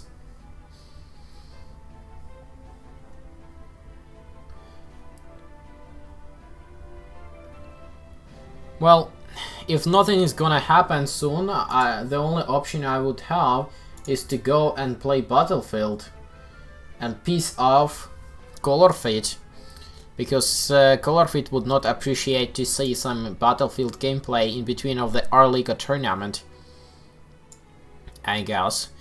This Colorfate needs to sort it out.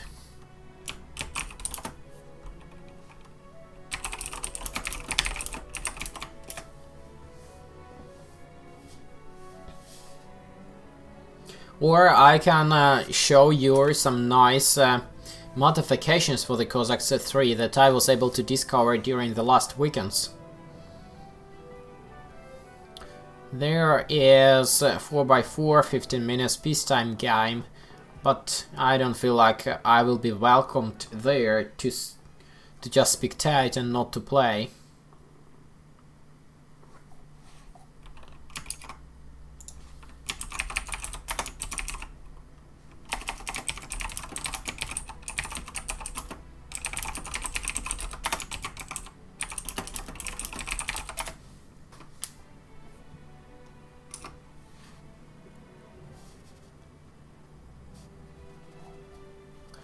I guess what I can do, I can go to the Sanyok's channel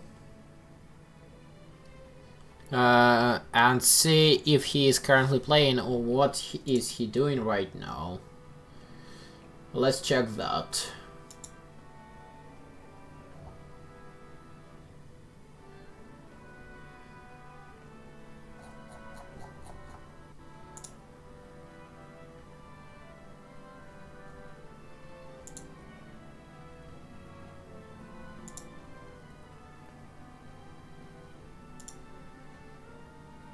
Yeah, Sanyok is currently live. But for some reason, he's not even creating a lobby and he's not doing anything. So maybe he's just away from the computer. Well, I guess we just wait for him for another 5 minutes.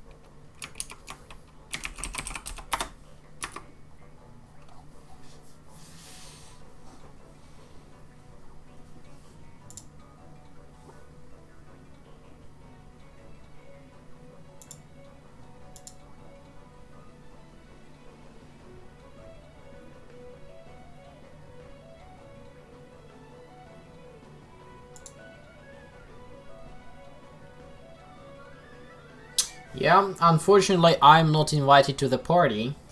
That's not my business. I guess Colorfate would help to sort all of this out, but if Wayne doesn't want to see me, fine. I will be just waiting for Sanyok's game.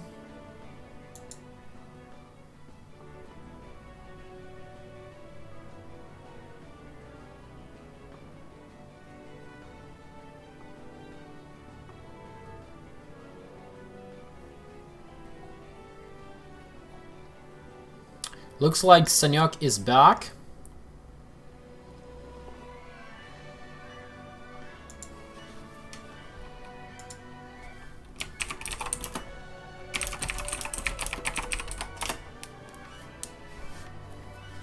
But Sanyok is going to play after the game between Artem and Artem Pro. So that's gonna be quite some time to wait, I guess. And after that there will be the finals between the winner of Artem plus Artem Pro and Fenrir plus Sanyok. So these... The only thing I can do right now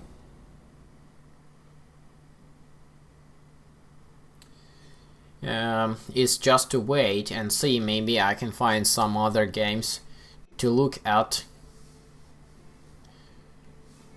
45 minutes peacetime, how about that, guys? Would you like to see that? I guess that would be a little bit boring.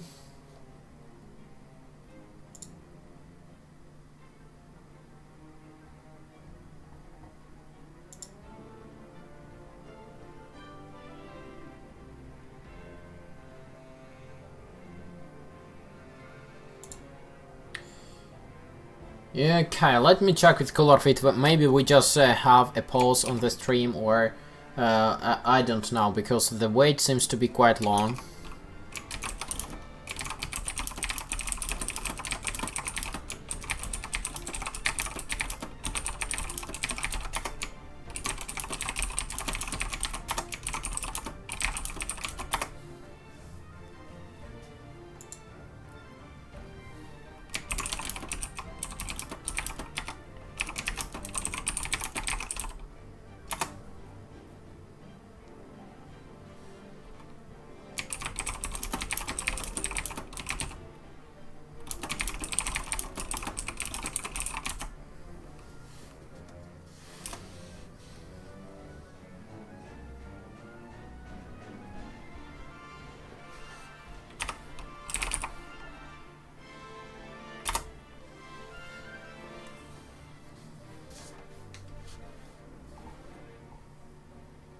Of course I can watch the game on Union Voin channel, but that's Russian commentary, and how do I supposed to provide commentary to something that I can't manipulate?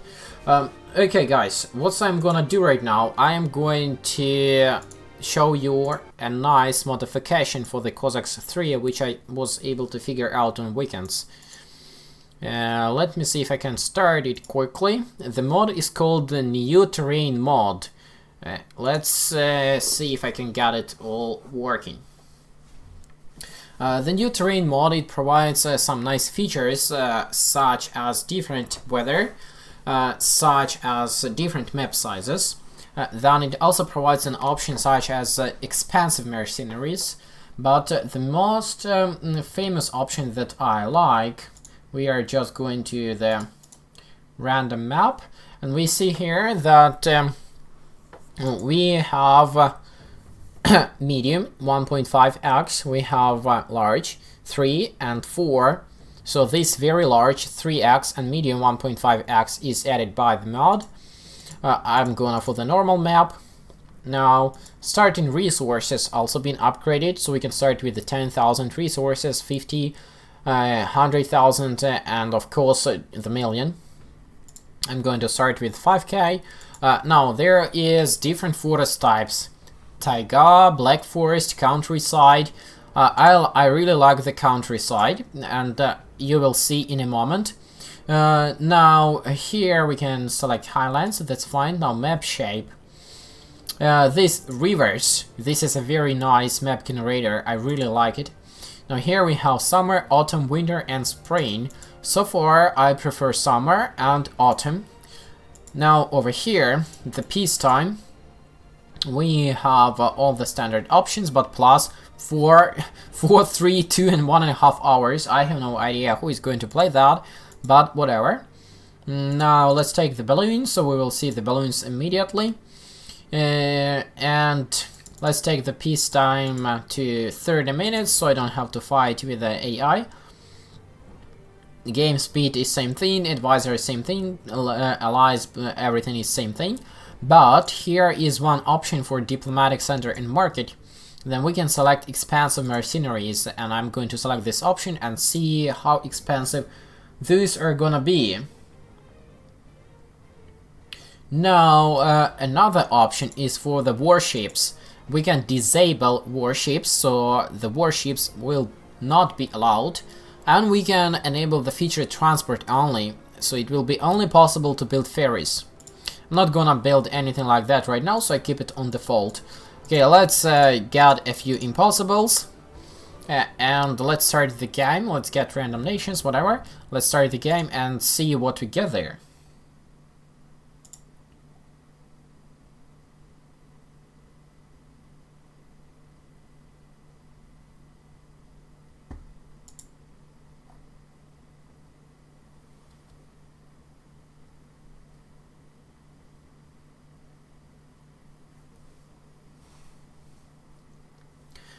The game is loading, and for now I can only hope that it doesn't crash. And I'm just checking how it goes on the tournament. Looks like Artem and Adam are still playing. The peacetime is not yet even ended for them, so we will have to wait for quite some time. They still have like 5 minutes of peacetime, and then they need at least 5 minutes to fight each other. And this is definitely a Hungary only tournament.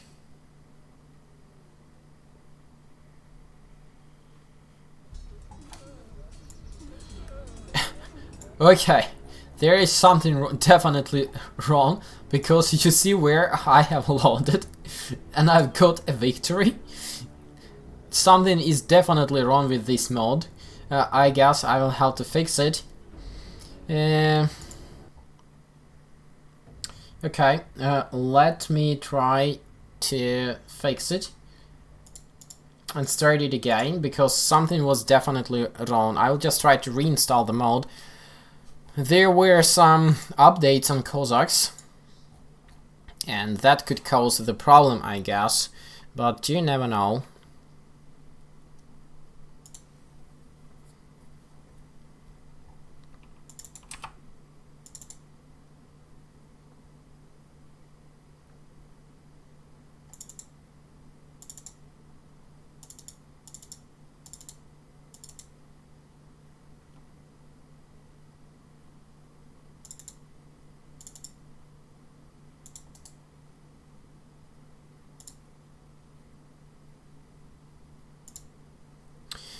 Looks like everything is correct with the mod, but after a few updates with Cossacks, it's not working, unfortunately.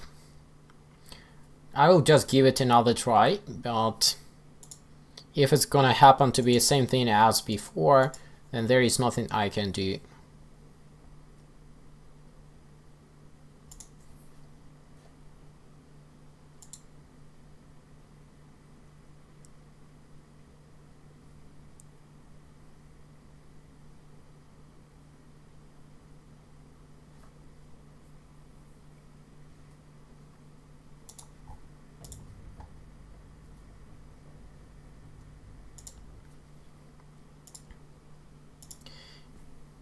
Okay, so the game is loading, and the game has crashed or not. I'm not sure. Looks like it has crashed. So yeah, not really working.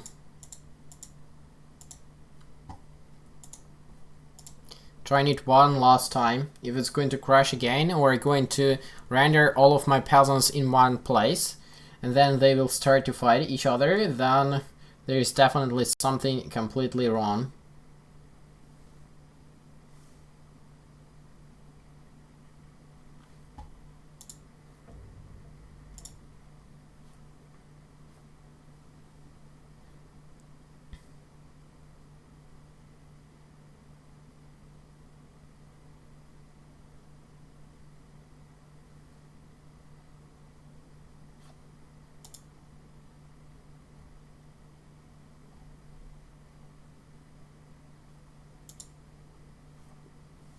Okay, at least this time the game didn't crash.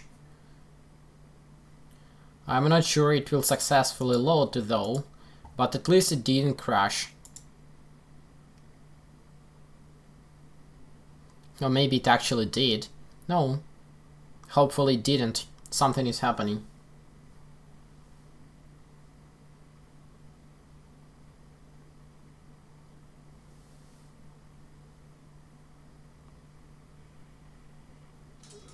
No. There is something definitely wrong with this mode. We can see again that the map generation is not working. And it's all generated on one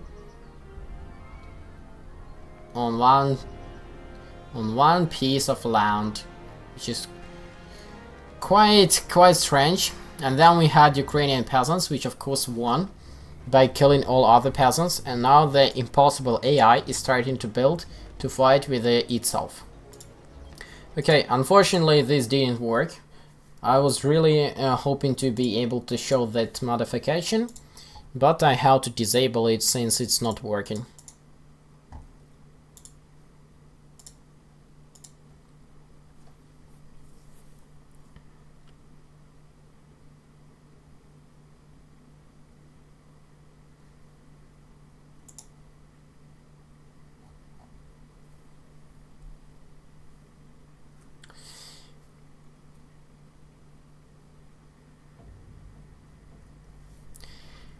Okay, here we are back to the game without any mods. Let's go back to the multiplayer and see. Yeah, here comes another game between Fenrir and Sonyok. So maybe I can finally join it and maybe I will be able to play, and let's hope that Wayne doesn't. No, he's kicking me again.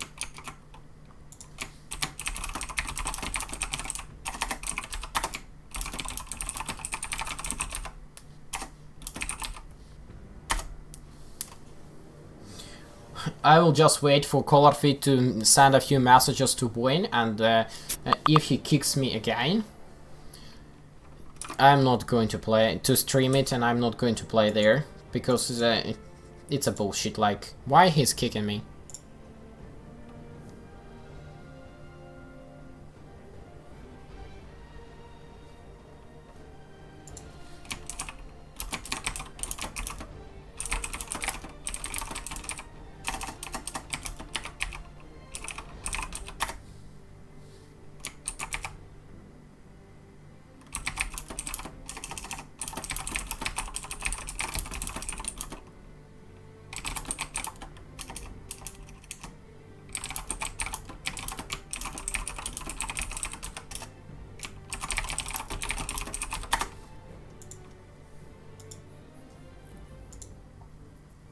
So the game is up here, but it's closed, and I can't join. And Wayne is typing something, but I can't read it, of course. So he is asking for something.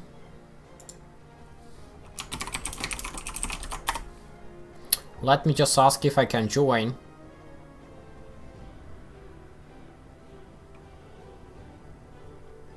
If he just opens a slot for me, yeah. Okay, so I am here.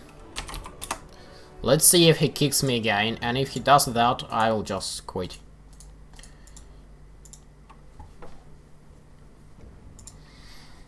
Okay, so this is gonna be the second semi-final. It's Sanyok playing with Fenrir, while Aisha is spectating. Wayne is spectating as well, and let's check up who won. Artem Pro won against Adam. That's how I predicted. So Artem Pro is in the finals, and the second finalist most likely will be Sanyok. So as I predicted, it will be Artem Pro playing against Sanyok. Anyway, whatever happens, let's hope that we will see a very nice game. Peter is asking for streaming again because he is boring. Well, I'm doing my best, I'm just trying to stream something. But Wayne was kicking me all the time. Now he's not kicking me anymore, hopefully. And the game is starting.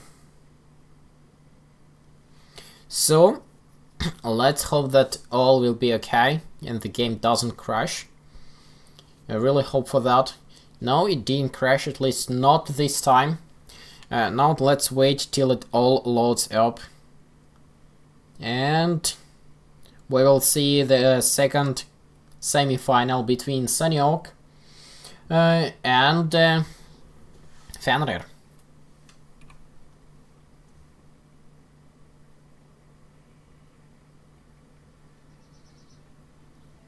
Okay, we see that Fenrir is playing as yellow while Sanyok is playing as red, and something is happening there, like Voin has banned Petru, or not Petru, Baton, for whatever reason. I have no idea for what reason. Nevertheless, I guess we are going to spectate Fenrir for now. Let's see what's happening on his side.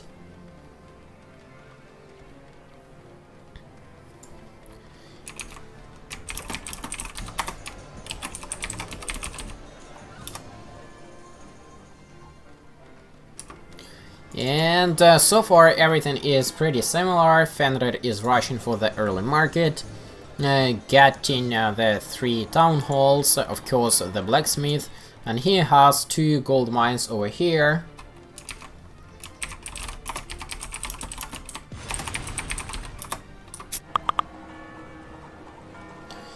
No. Let's look for other gold mines for Fenrir.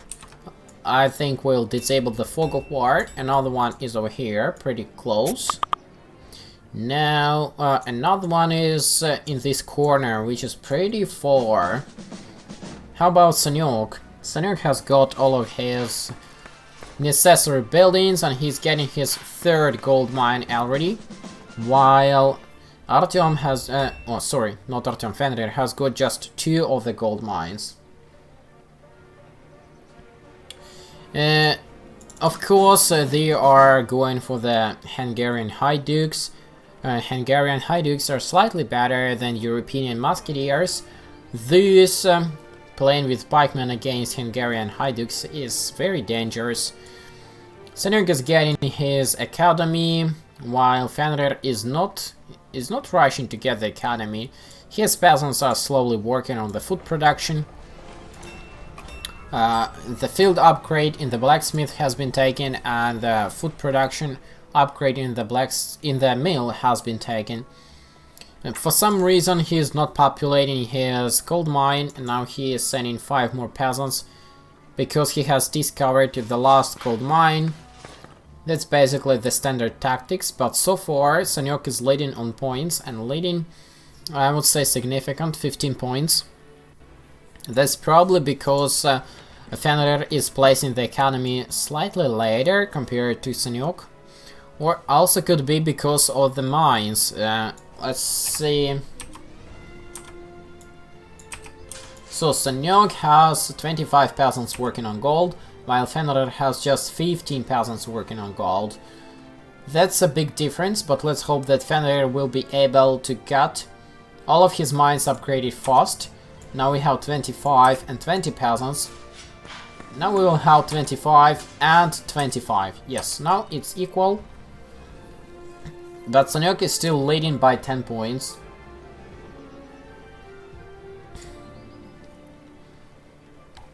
And we see here that Fenrir is sending his peasants for wood cutting. That's most likely for the diplomatic center or for the stables. And he is placing these three storehouses in this forest, which is very cheap at the beginning of the game. We can see here the storehouse costs just 160 wood and 60 something of stone, but that's the fourth one. The third one was cheaper. And he is getting a stable, and of course he is upgrading the gold mines. I think this one, yes, this gold mine is upgraded. The peasants are going in. And Sanyok is still leading by approximately 10 points. Now, Sanyok is also going for a stable instead of the diplomatic center. So Sanyok is making an adjustment for his previous game. And Sanyok is building the second mill with just one peasant. That's because he does not want to spend peasants' time for working back and forth. And one peasant will be building this mill for quite a long time. But when you actually need that mill, it will be there. Now Sanyok is getting his second stable. Let's see. Yeah, they are doing it 1-to-1. So Fenrir is also getting his second stable, but unlike Sanyok, Fenrir is going for the dragoons. Let's see what Sanyok is getting here. Sanyok is getting the hussars, so they are playing with capture. And hussars, they have 21 seconds of the hiring time.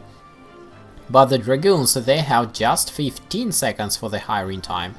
So there will be more dragoons than hussars. But Sanyok for sure will also get a lot of siege Cossacks from the diplomatic center. So I'm not even sure what is better, is it the dragoons or the hussars. Diplomatic center is coming for Sanyok. But Fenrir is getting third stable and the diplomatic center. So now Fenrir has 3 stables and he is producing the dragoons. And starting to place the mines. But he has a gold mine which was not working for quite some time. And Sanyok has his 40 peasants working on gold for some time already. In the diplomatic center, they are of course hiring round shears, and Sanyok is getting his third stable. On this side, though, 3 stables are already in place, no harnesses upgrades so far. Hello, Appelsine. Yes, your English lesson has started, and good luck with that. Regarding the mines, we can see here that Fenrir has a slight disadvantage because his mine is facing straight towards Sanyok. But Sanyok also has here a mine which facing right towards Fenrir. Although it's on the side, it's kinda equal, I would say.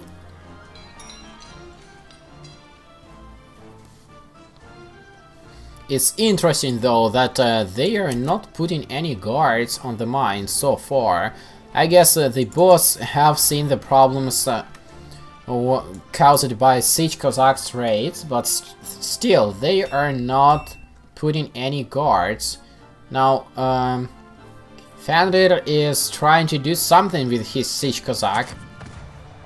Okay, so he is trying to kill some of the enemy musketeers with this trick. So he runs to the enemy territory, then the Hydukes shoot and he runs back. So when they actually shoot the Siege Cossack, the Cossack is staying on his own territory. And then they die. Let's switch to Sanyok and see what he sees. So he sees this Siege Cossack and he doesn't see much more. And he is getting a palisade for himself. And he is getting two artillery depots. And he is hiring about 200 grenadiers. Now he's suffering from the lack of houses. Let's see if he's making any upgrades because of that. No, he is not making any upgrades, but he is building the houses. About 2 minutes of peacetime left, and now upgrades has been made so far, and Sanyok is just finishing to upgrade his food production. Let's check for Fenrir. Fenrir did not even take the second one. I don't know why, probably because he invested into the stables and into the artillery depots. Of course he's making cannons. Without cannons you don't even think to win. And they both are building a palisade on both sides, but Sanyok is making it like a slight angle.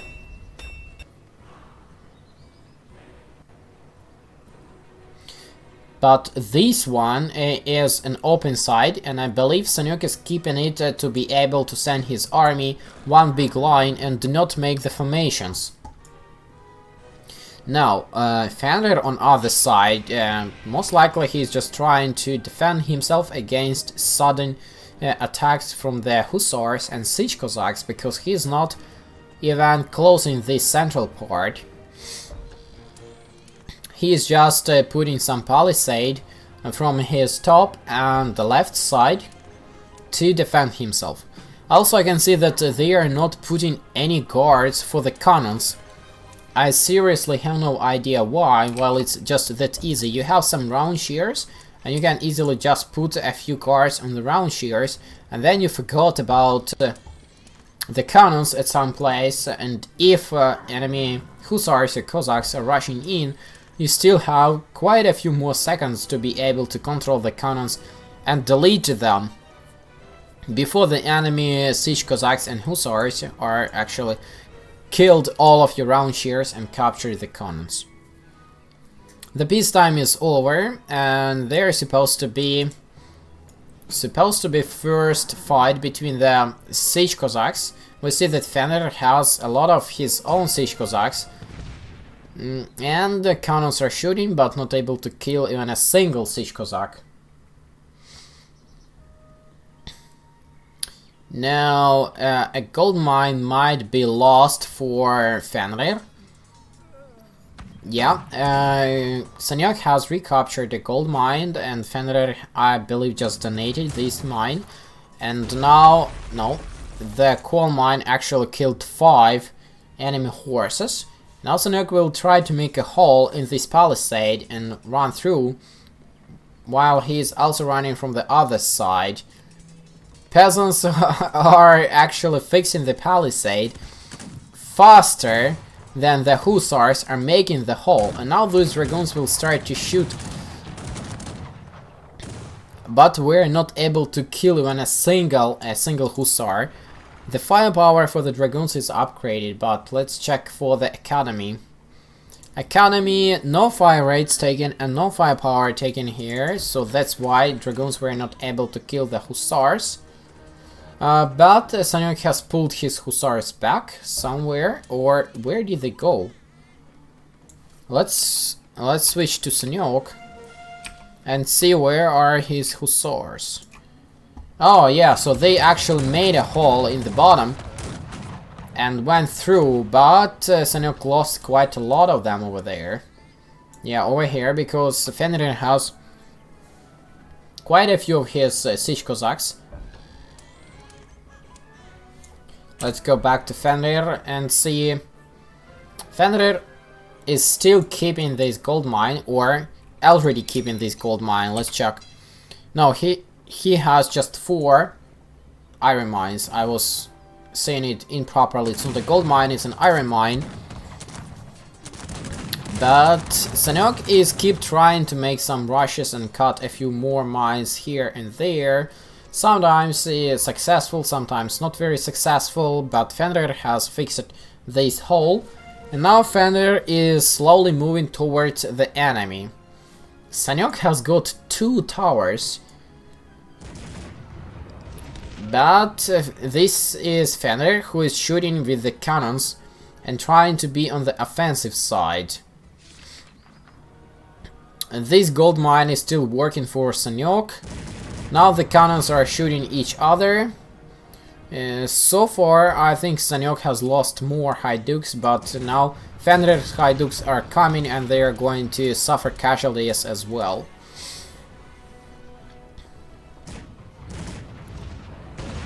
Fenrir is trying to remove the enemy towers. Losing here some units, of course, like you don't lose units when their cannons are shooting, and it would be pathetic if this pair of round shears could capture any cannons. No, it was not, because Fenrir was smart enough to actually put a few guards to the cannons. But somehow the cannons are not shooting the towers. We can see that he does not have the accuracy upgrades, and the cannons are not shooting pretty accurate. And looks like Fenrir decided not to bother with the towers and trying to kill some of the enemy units. Yeah, he's trying to kill the Hydukes. But I think it would be nice to at least eliminate one of the towers, so there will be an empty spot where to go. Now Fenrir is trying to capture the cannons. That's not happening though. And he is losing all of his siege Cossacks. And now there will be a huge fight between the cannons, round shears, Hydukes, and of course the dragoons. Over here we see that Sanyok has a few siege Cossacks and hussars doing some mess inside the Fenrir's lines. And this flank is completely empty for both of them. But so far Fenrir is doing slightly better, I would say. One tower is eliminated. And now Sanyok is getting ready to defend his base for one last time. I don't think that would be possible, because there are so many cannons. And even if Sanyok is able to defend himself against this attack, it would not be possible to overcome Fenrir, I guess, because the economy is destroyed. And Sanyok surrenders. That's a GG. Congratulations for Fenrir for taking this victory. I'm not sure if they are playing best of 3 or best of 1, but here we can see the resources, everything pretty even, but Sanyok has got significantly more gold and significantly more coal. Still, he lost. Okay. Checking up for these upgrades, everything over here is visible. Who is interested, just go and check. But let's see if there will be another game, if they are playing best of 3, or there will be the finals. And in the finals, if this is best of 1, in the finals we will see Artem Pro playing against Fenrir, if that was best of 1.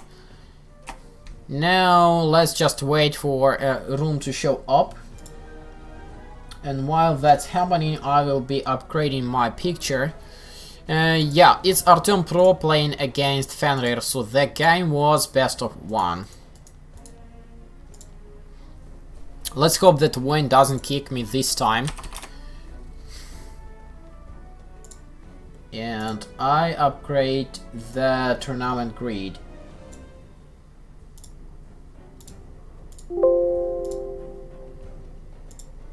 So here comes the tournament grid. Not completely updated, but should be updated soon. Yeah, now it's updated, and now I need to take another picture to show the full picture.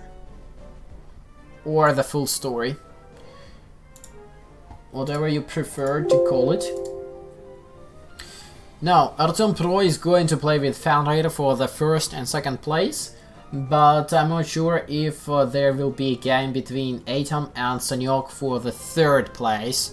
Maybe not, maybe yes. We'll see. So far, I'm just waiting for this game. And let's hope that Fenrir and Artem Pro show up in time.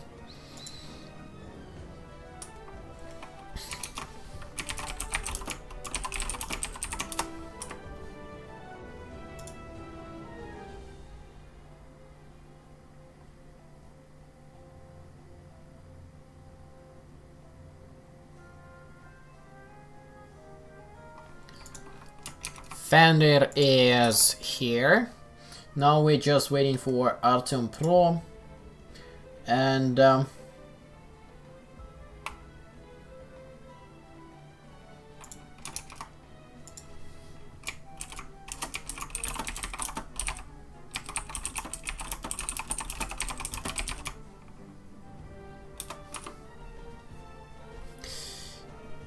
the game is still waiting for Artem Pro. I guess they're looking for him.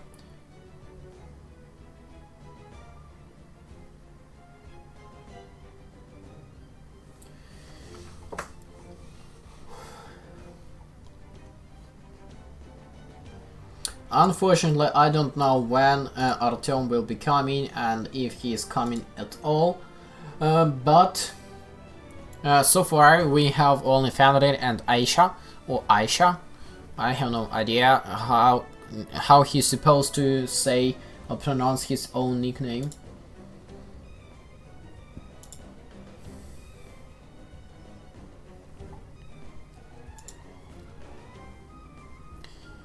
Come on, Artem, could you please show up and we see the final game of this tournament?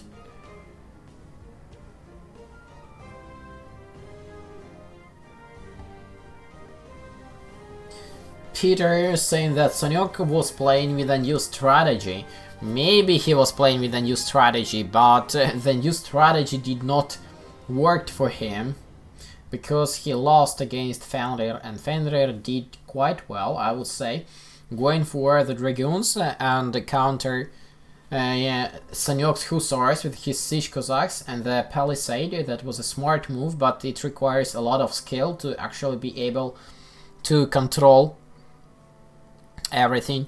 So, my first prediction that one of the finalists would be Artem Pro has actually completed, but second one failed because Sanyok lost to Fenrir, and now we are going to see the finals between Artem and Fenrir instead of Artem and Sanyok, as I predicted.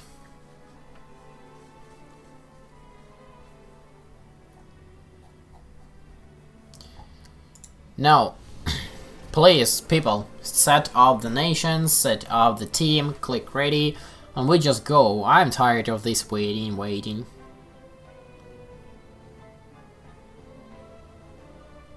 Minerals medium. I wonder why Minerals medium still producing 4 mines. Isn't it supposed to produce just 3 mines? Or Minerals rich, does it supposed to produce 5 mines? I forgot about it. I would have to double check.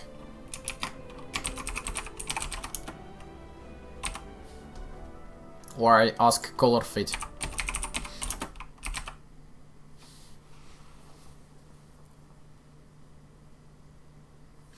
Pierre, yes, you are completely right. It was a really weird strategy from Sanyok, trying to camp on his base and trying to cut enemy sides with his hussars, and it did not work out because eventually he lost. He was trying to capture the cannons, also did not work because Fenrir was controlling them well. So we are in the game, and they are playing as Hungary again, as expected. This time we have short distance between two of them, and we see that Fenrir has a little bit more space compared to Artem.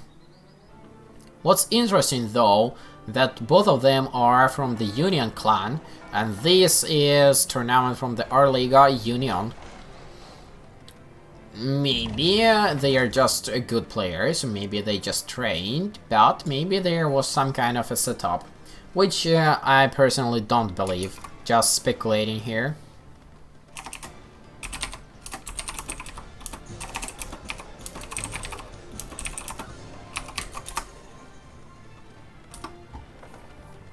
So far everything is pretty equal, but we see that Fenrir is slightly faster. He has got 2 down halls, while Artem is just finishing it.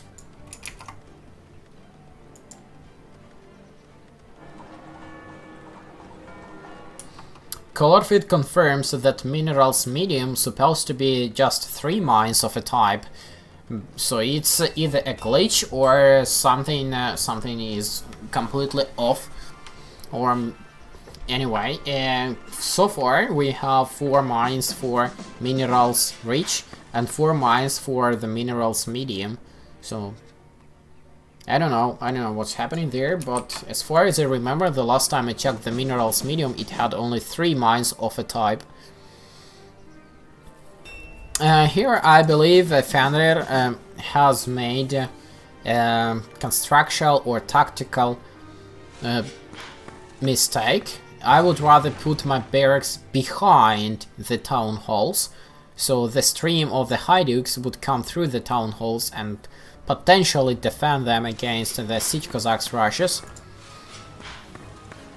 Now the gold mine hunt has started, and so far Fenrir has got 3 of the mines.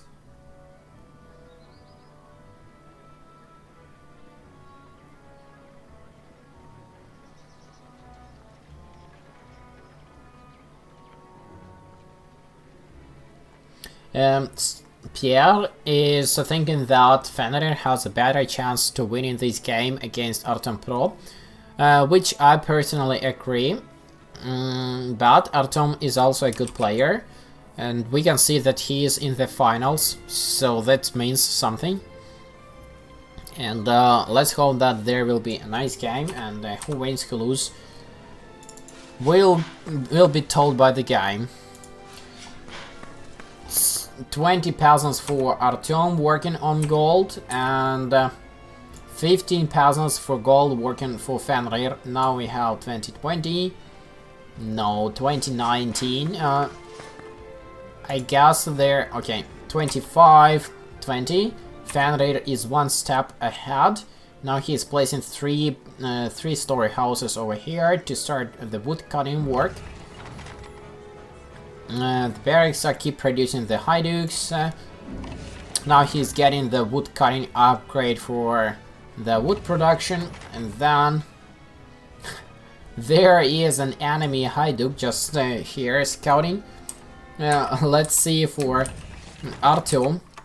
He has a Hajduk just staying here, and no one is able to kill him because Fenrir does not have round shears yet, and he does not have coal to shoot these Hydukes. So here is a spy just staying. Just stays here and doesn't do anything. And the enemy can't do anything. So Artem is playing sneaky picky, trying to spy on the enemy. Meanwhile, they both are upgrading the gold mines, and Artem is going for his first stable. Let's see, yes, Fenrir is also doing exactly the same thing. He is getting his first stable and second stable, and Fenrir is going for the dragoons. Same thing he did for the last game with the Sanyok, and I think he will also be building a palisade the same way he did the last game with the Sanyok.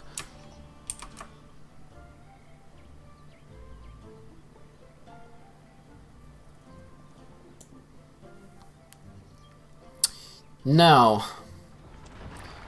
less than 8 minutes of peacetime left.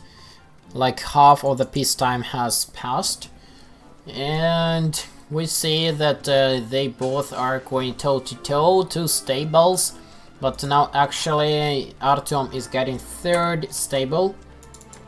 Yes, now Artem has 3 stables, let's see, and Fenrir is also getting his third stable, so they are going toe-to-toe. And both of them are going for the dragoons, both of them are upgrading the gold mines. Fenrir has 35 peasants working on gold, while Artem has just 30 peasants working on gold. This Fenrir is slightly better for the gold production. The diplomatic center is placed for Artem. Let's see how about Fenrir. Yes, Fenrir is also placing the diplomatic center.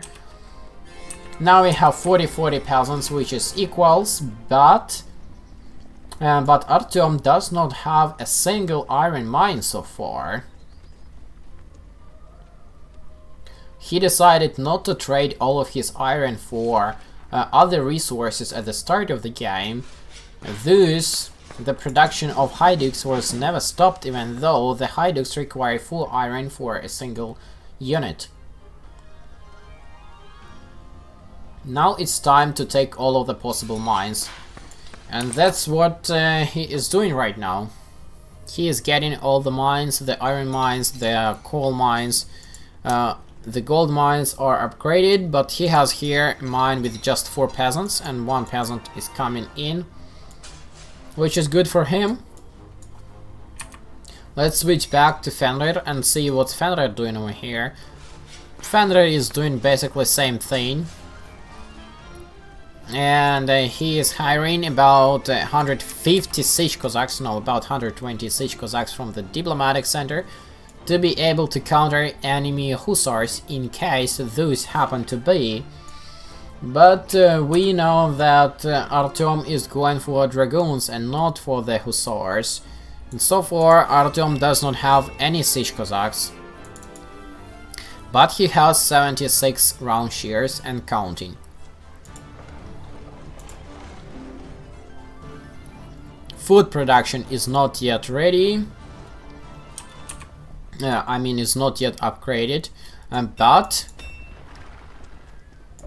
Fenrir also do not upgrade the food production. He has upgraded the wood cutting and the food production, this first one.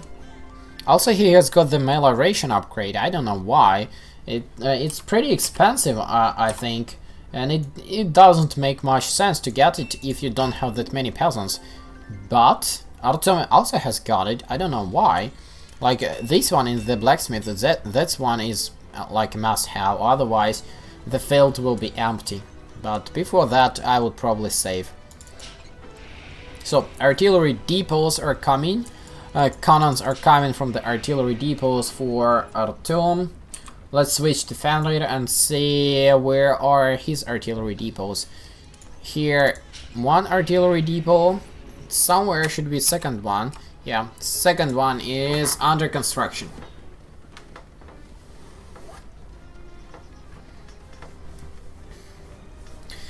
One artillery depot can produce up to 5 cannons of a type.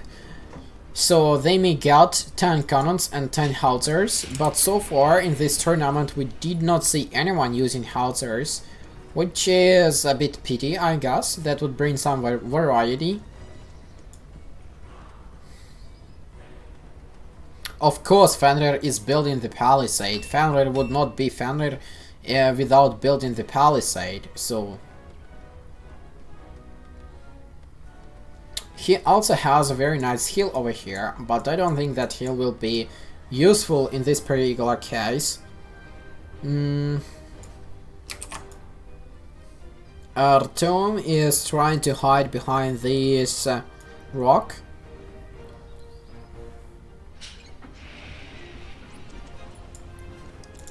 And he has got the third artillery depot. Wow. So there will be massive cannon spam, and a lot of siege Cossacks from Artem are coming. And this is time for Fenrir to actually get some siege Cossacks on his own. And since they both know that the enemy will have the cannons, they are trying to spread units as further as possible to avoid these deadly cannon shots. What's good about Palisade is that it's been constructed quite fast. I'm not sure of how much wood it actually consumes. Let's see. Okay, so one piece of Palisade consumes a ton of wood. That's not expensive. The peacetime is over, and Fenrir is trying to make some rushes with his siege Cossacks. But Artem is ready to meet Fenrir over here, and Fenrir is running back.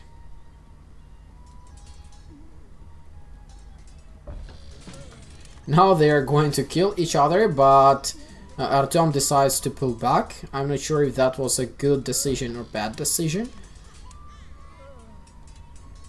Now the Hydukes will start to shoot, but Fenrir is pulling his siege Cossacks back. Let's see, 69 for Artem and 121 siege Cossacks for Fenrir. So yeah, Fenrir has significantly more, twice as much siege Cossacks. Now this hill could actually be handy in this case, because Artem is thinking where to launch an attack. And the attack starts with the artillery shooting each other. Although Fenrir is not yet shooting, but he's getting ready to shoot.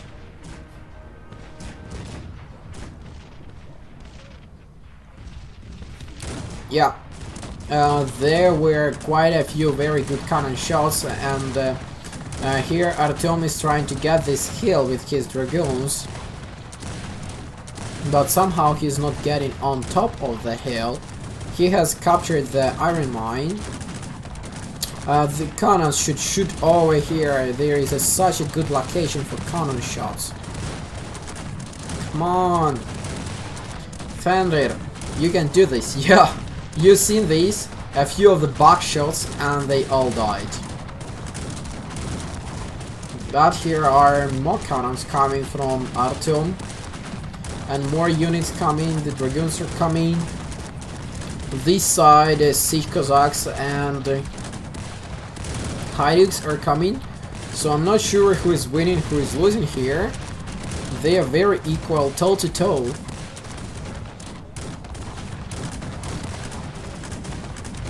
And now we see empty cannons on this side and almost empty cannons on this side. But looks like Artem is doing it slightly better this time.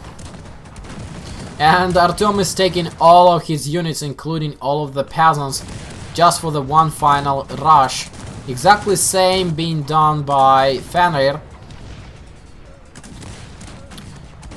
All the peasants, everything is going for the one last fight. Now let's see who is gonna win this. So far, Fenrir has lost here a lot of his peasants for the cannon shots and losing even more.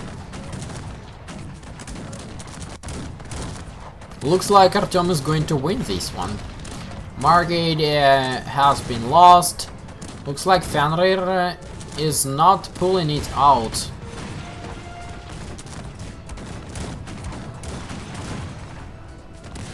I believe it's a little bit too late for hiring that dragoons, unfortunately. Because Artem is pushing and pushing, and the base is destroyed. There is no more town halls. Fenrir is taking peasants out of his mines to have at least some cover for the dragoons. But unfortunately, that's our GG. Yes, Fenrir surrenders. Well, we congratulate Artem Pro for getting the first place in this tournament. And also, congratulations for Fenrir. we can see that they did not even get the fire rate upgrades. Fenrir just got 1 fire rate upgrade, but Artem has got just 2 firepower upgrades, but no fire rate upgrades. So it was more like a cannon fight. Maybe this is a good tactics, maybe that's a bad tactics, but that's how they did play. Let's take a look here. The resources gathered is pretty darn equal. Fenrir has got a little bit more wood and a little bit more food, but other than that it's pretty equal. Still, Artem was able to pull it out and win, just because of some more or better or luckier cannon shots. Okay, that's it for the tournament. Let me see if if there will be some more games, because there could be best of 3 for the finals. Although I'm not sure. Let me just check. So far the grid is not updated and I don't see any more games in the lobby.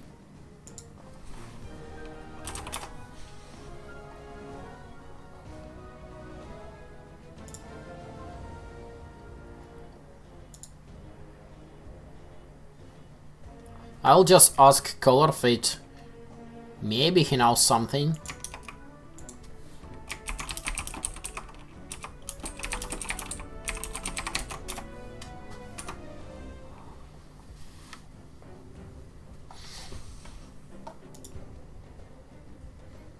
No, Colorfate doesn't know himself. But let's wait, maybe Colorfate can ask and see. Because the tournament grid is not updated, but I also don't see any games in the lobby. I don't believe that they started the game that fast while I was checking out the statistics.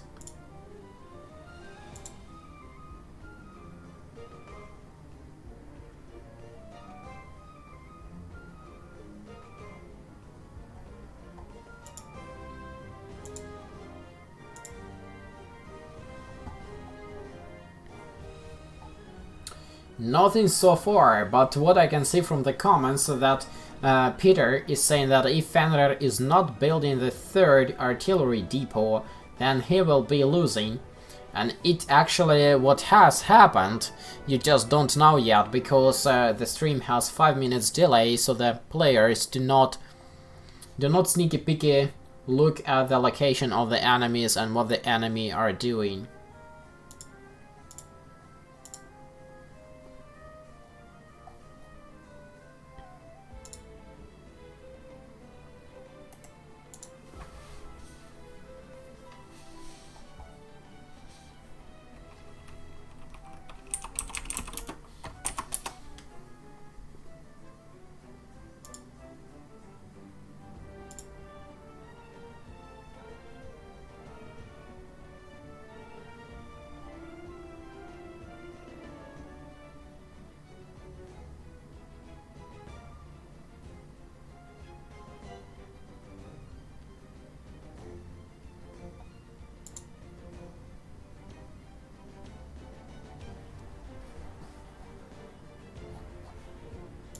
Okay, since there is nothing going on, I think that's it for today. And thank you all for watching. I just wait for Colorfate to make confirmation that there will be no more games. And just in case something happens to be there, I can keep streaming it, but so far it's just me waiting for no idea what.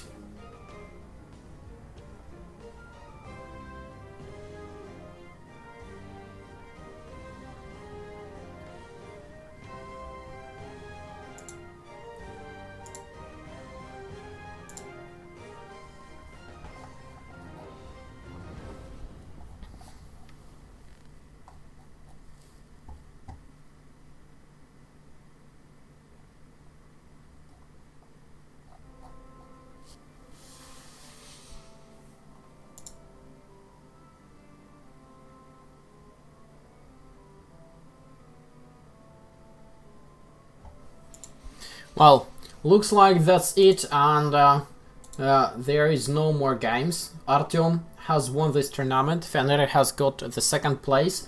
The third place is probably split between Sanyok and Artem, or maybe there will be a game between them, but I have no idea. No one is answering, and I'm just tired of waiting here. Okay, thank you all for coming today, thank you all for joining us today, and I see you all next time.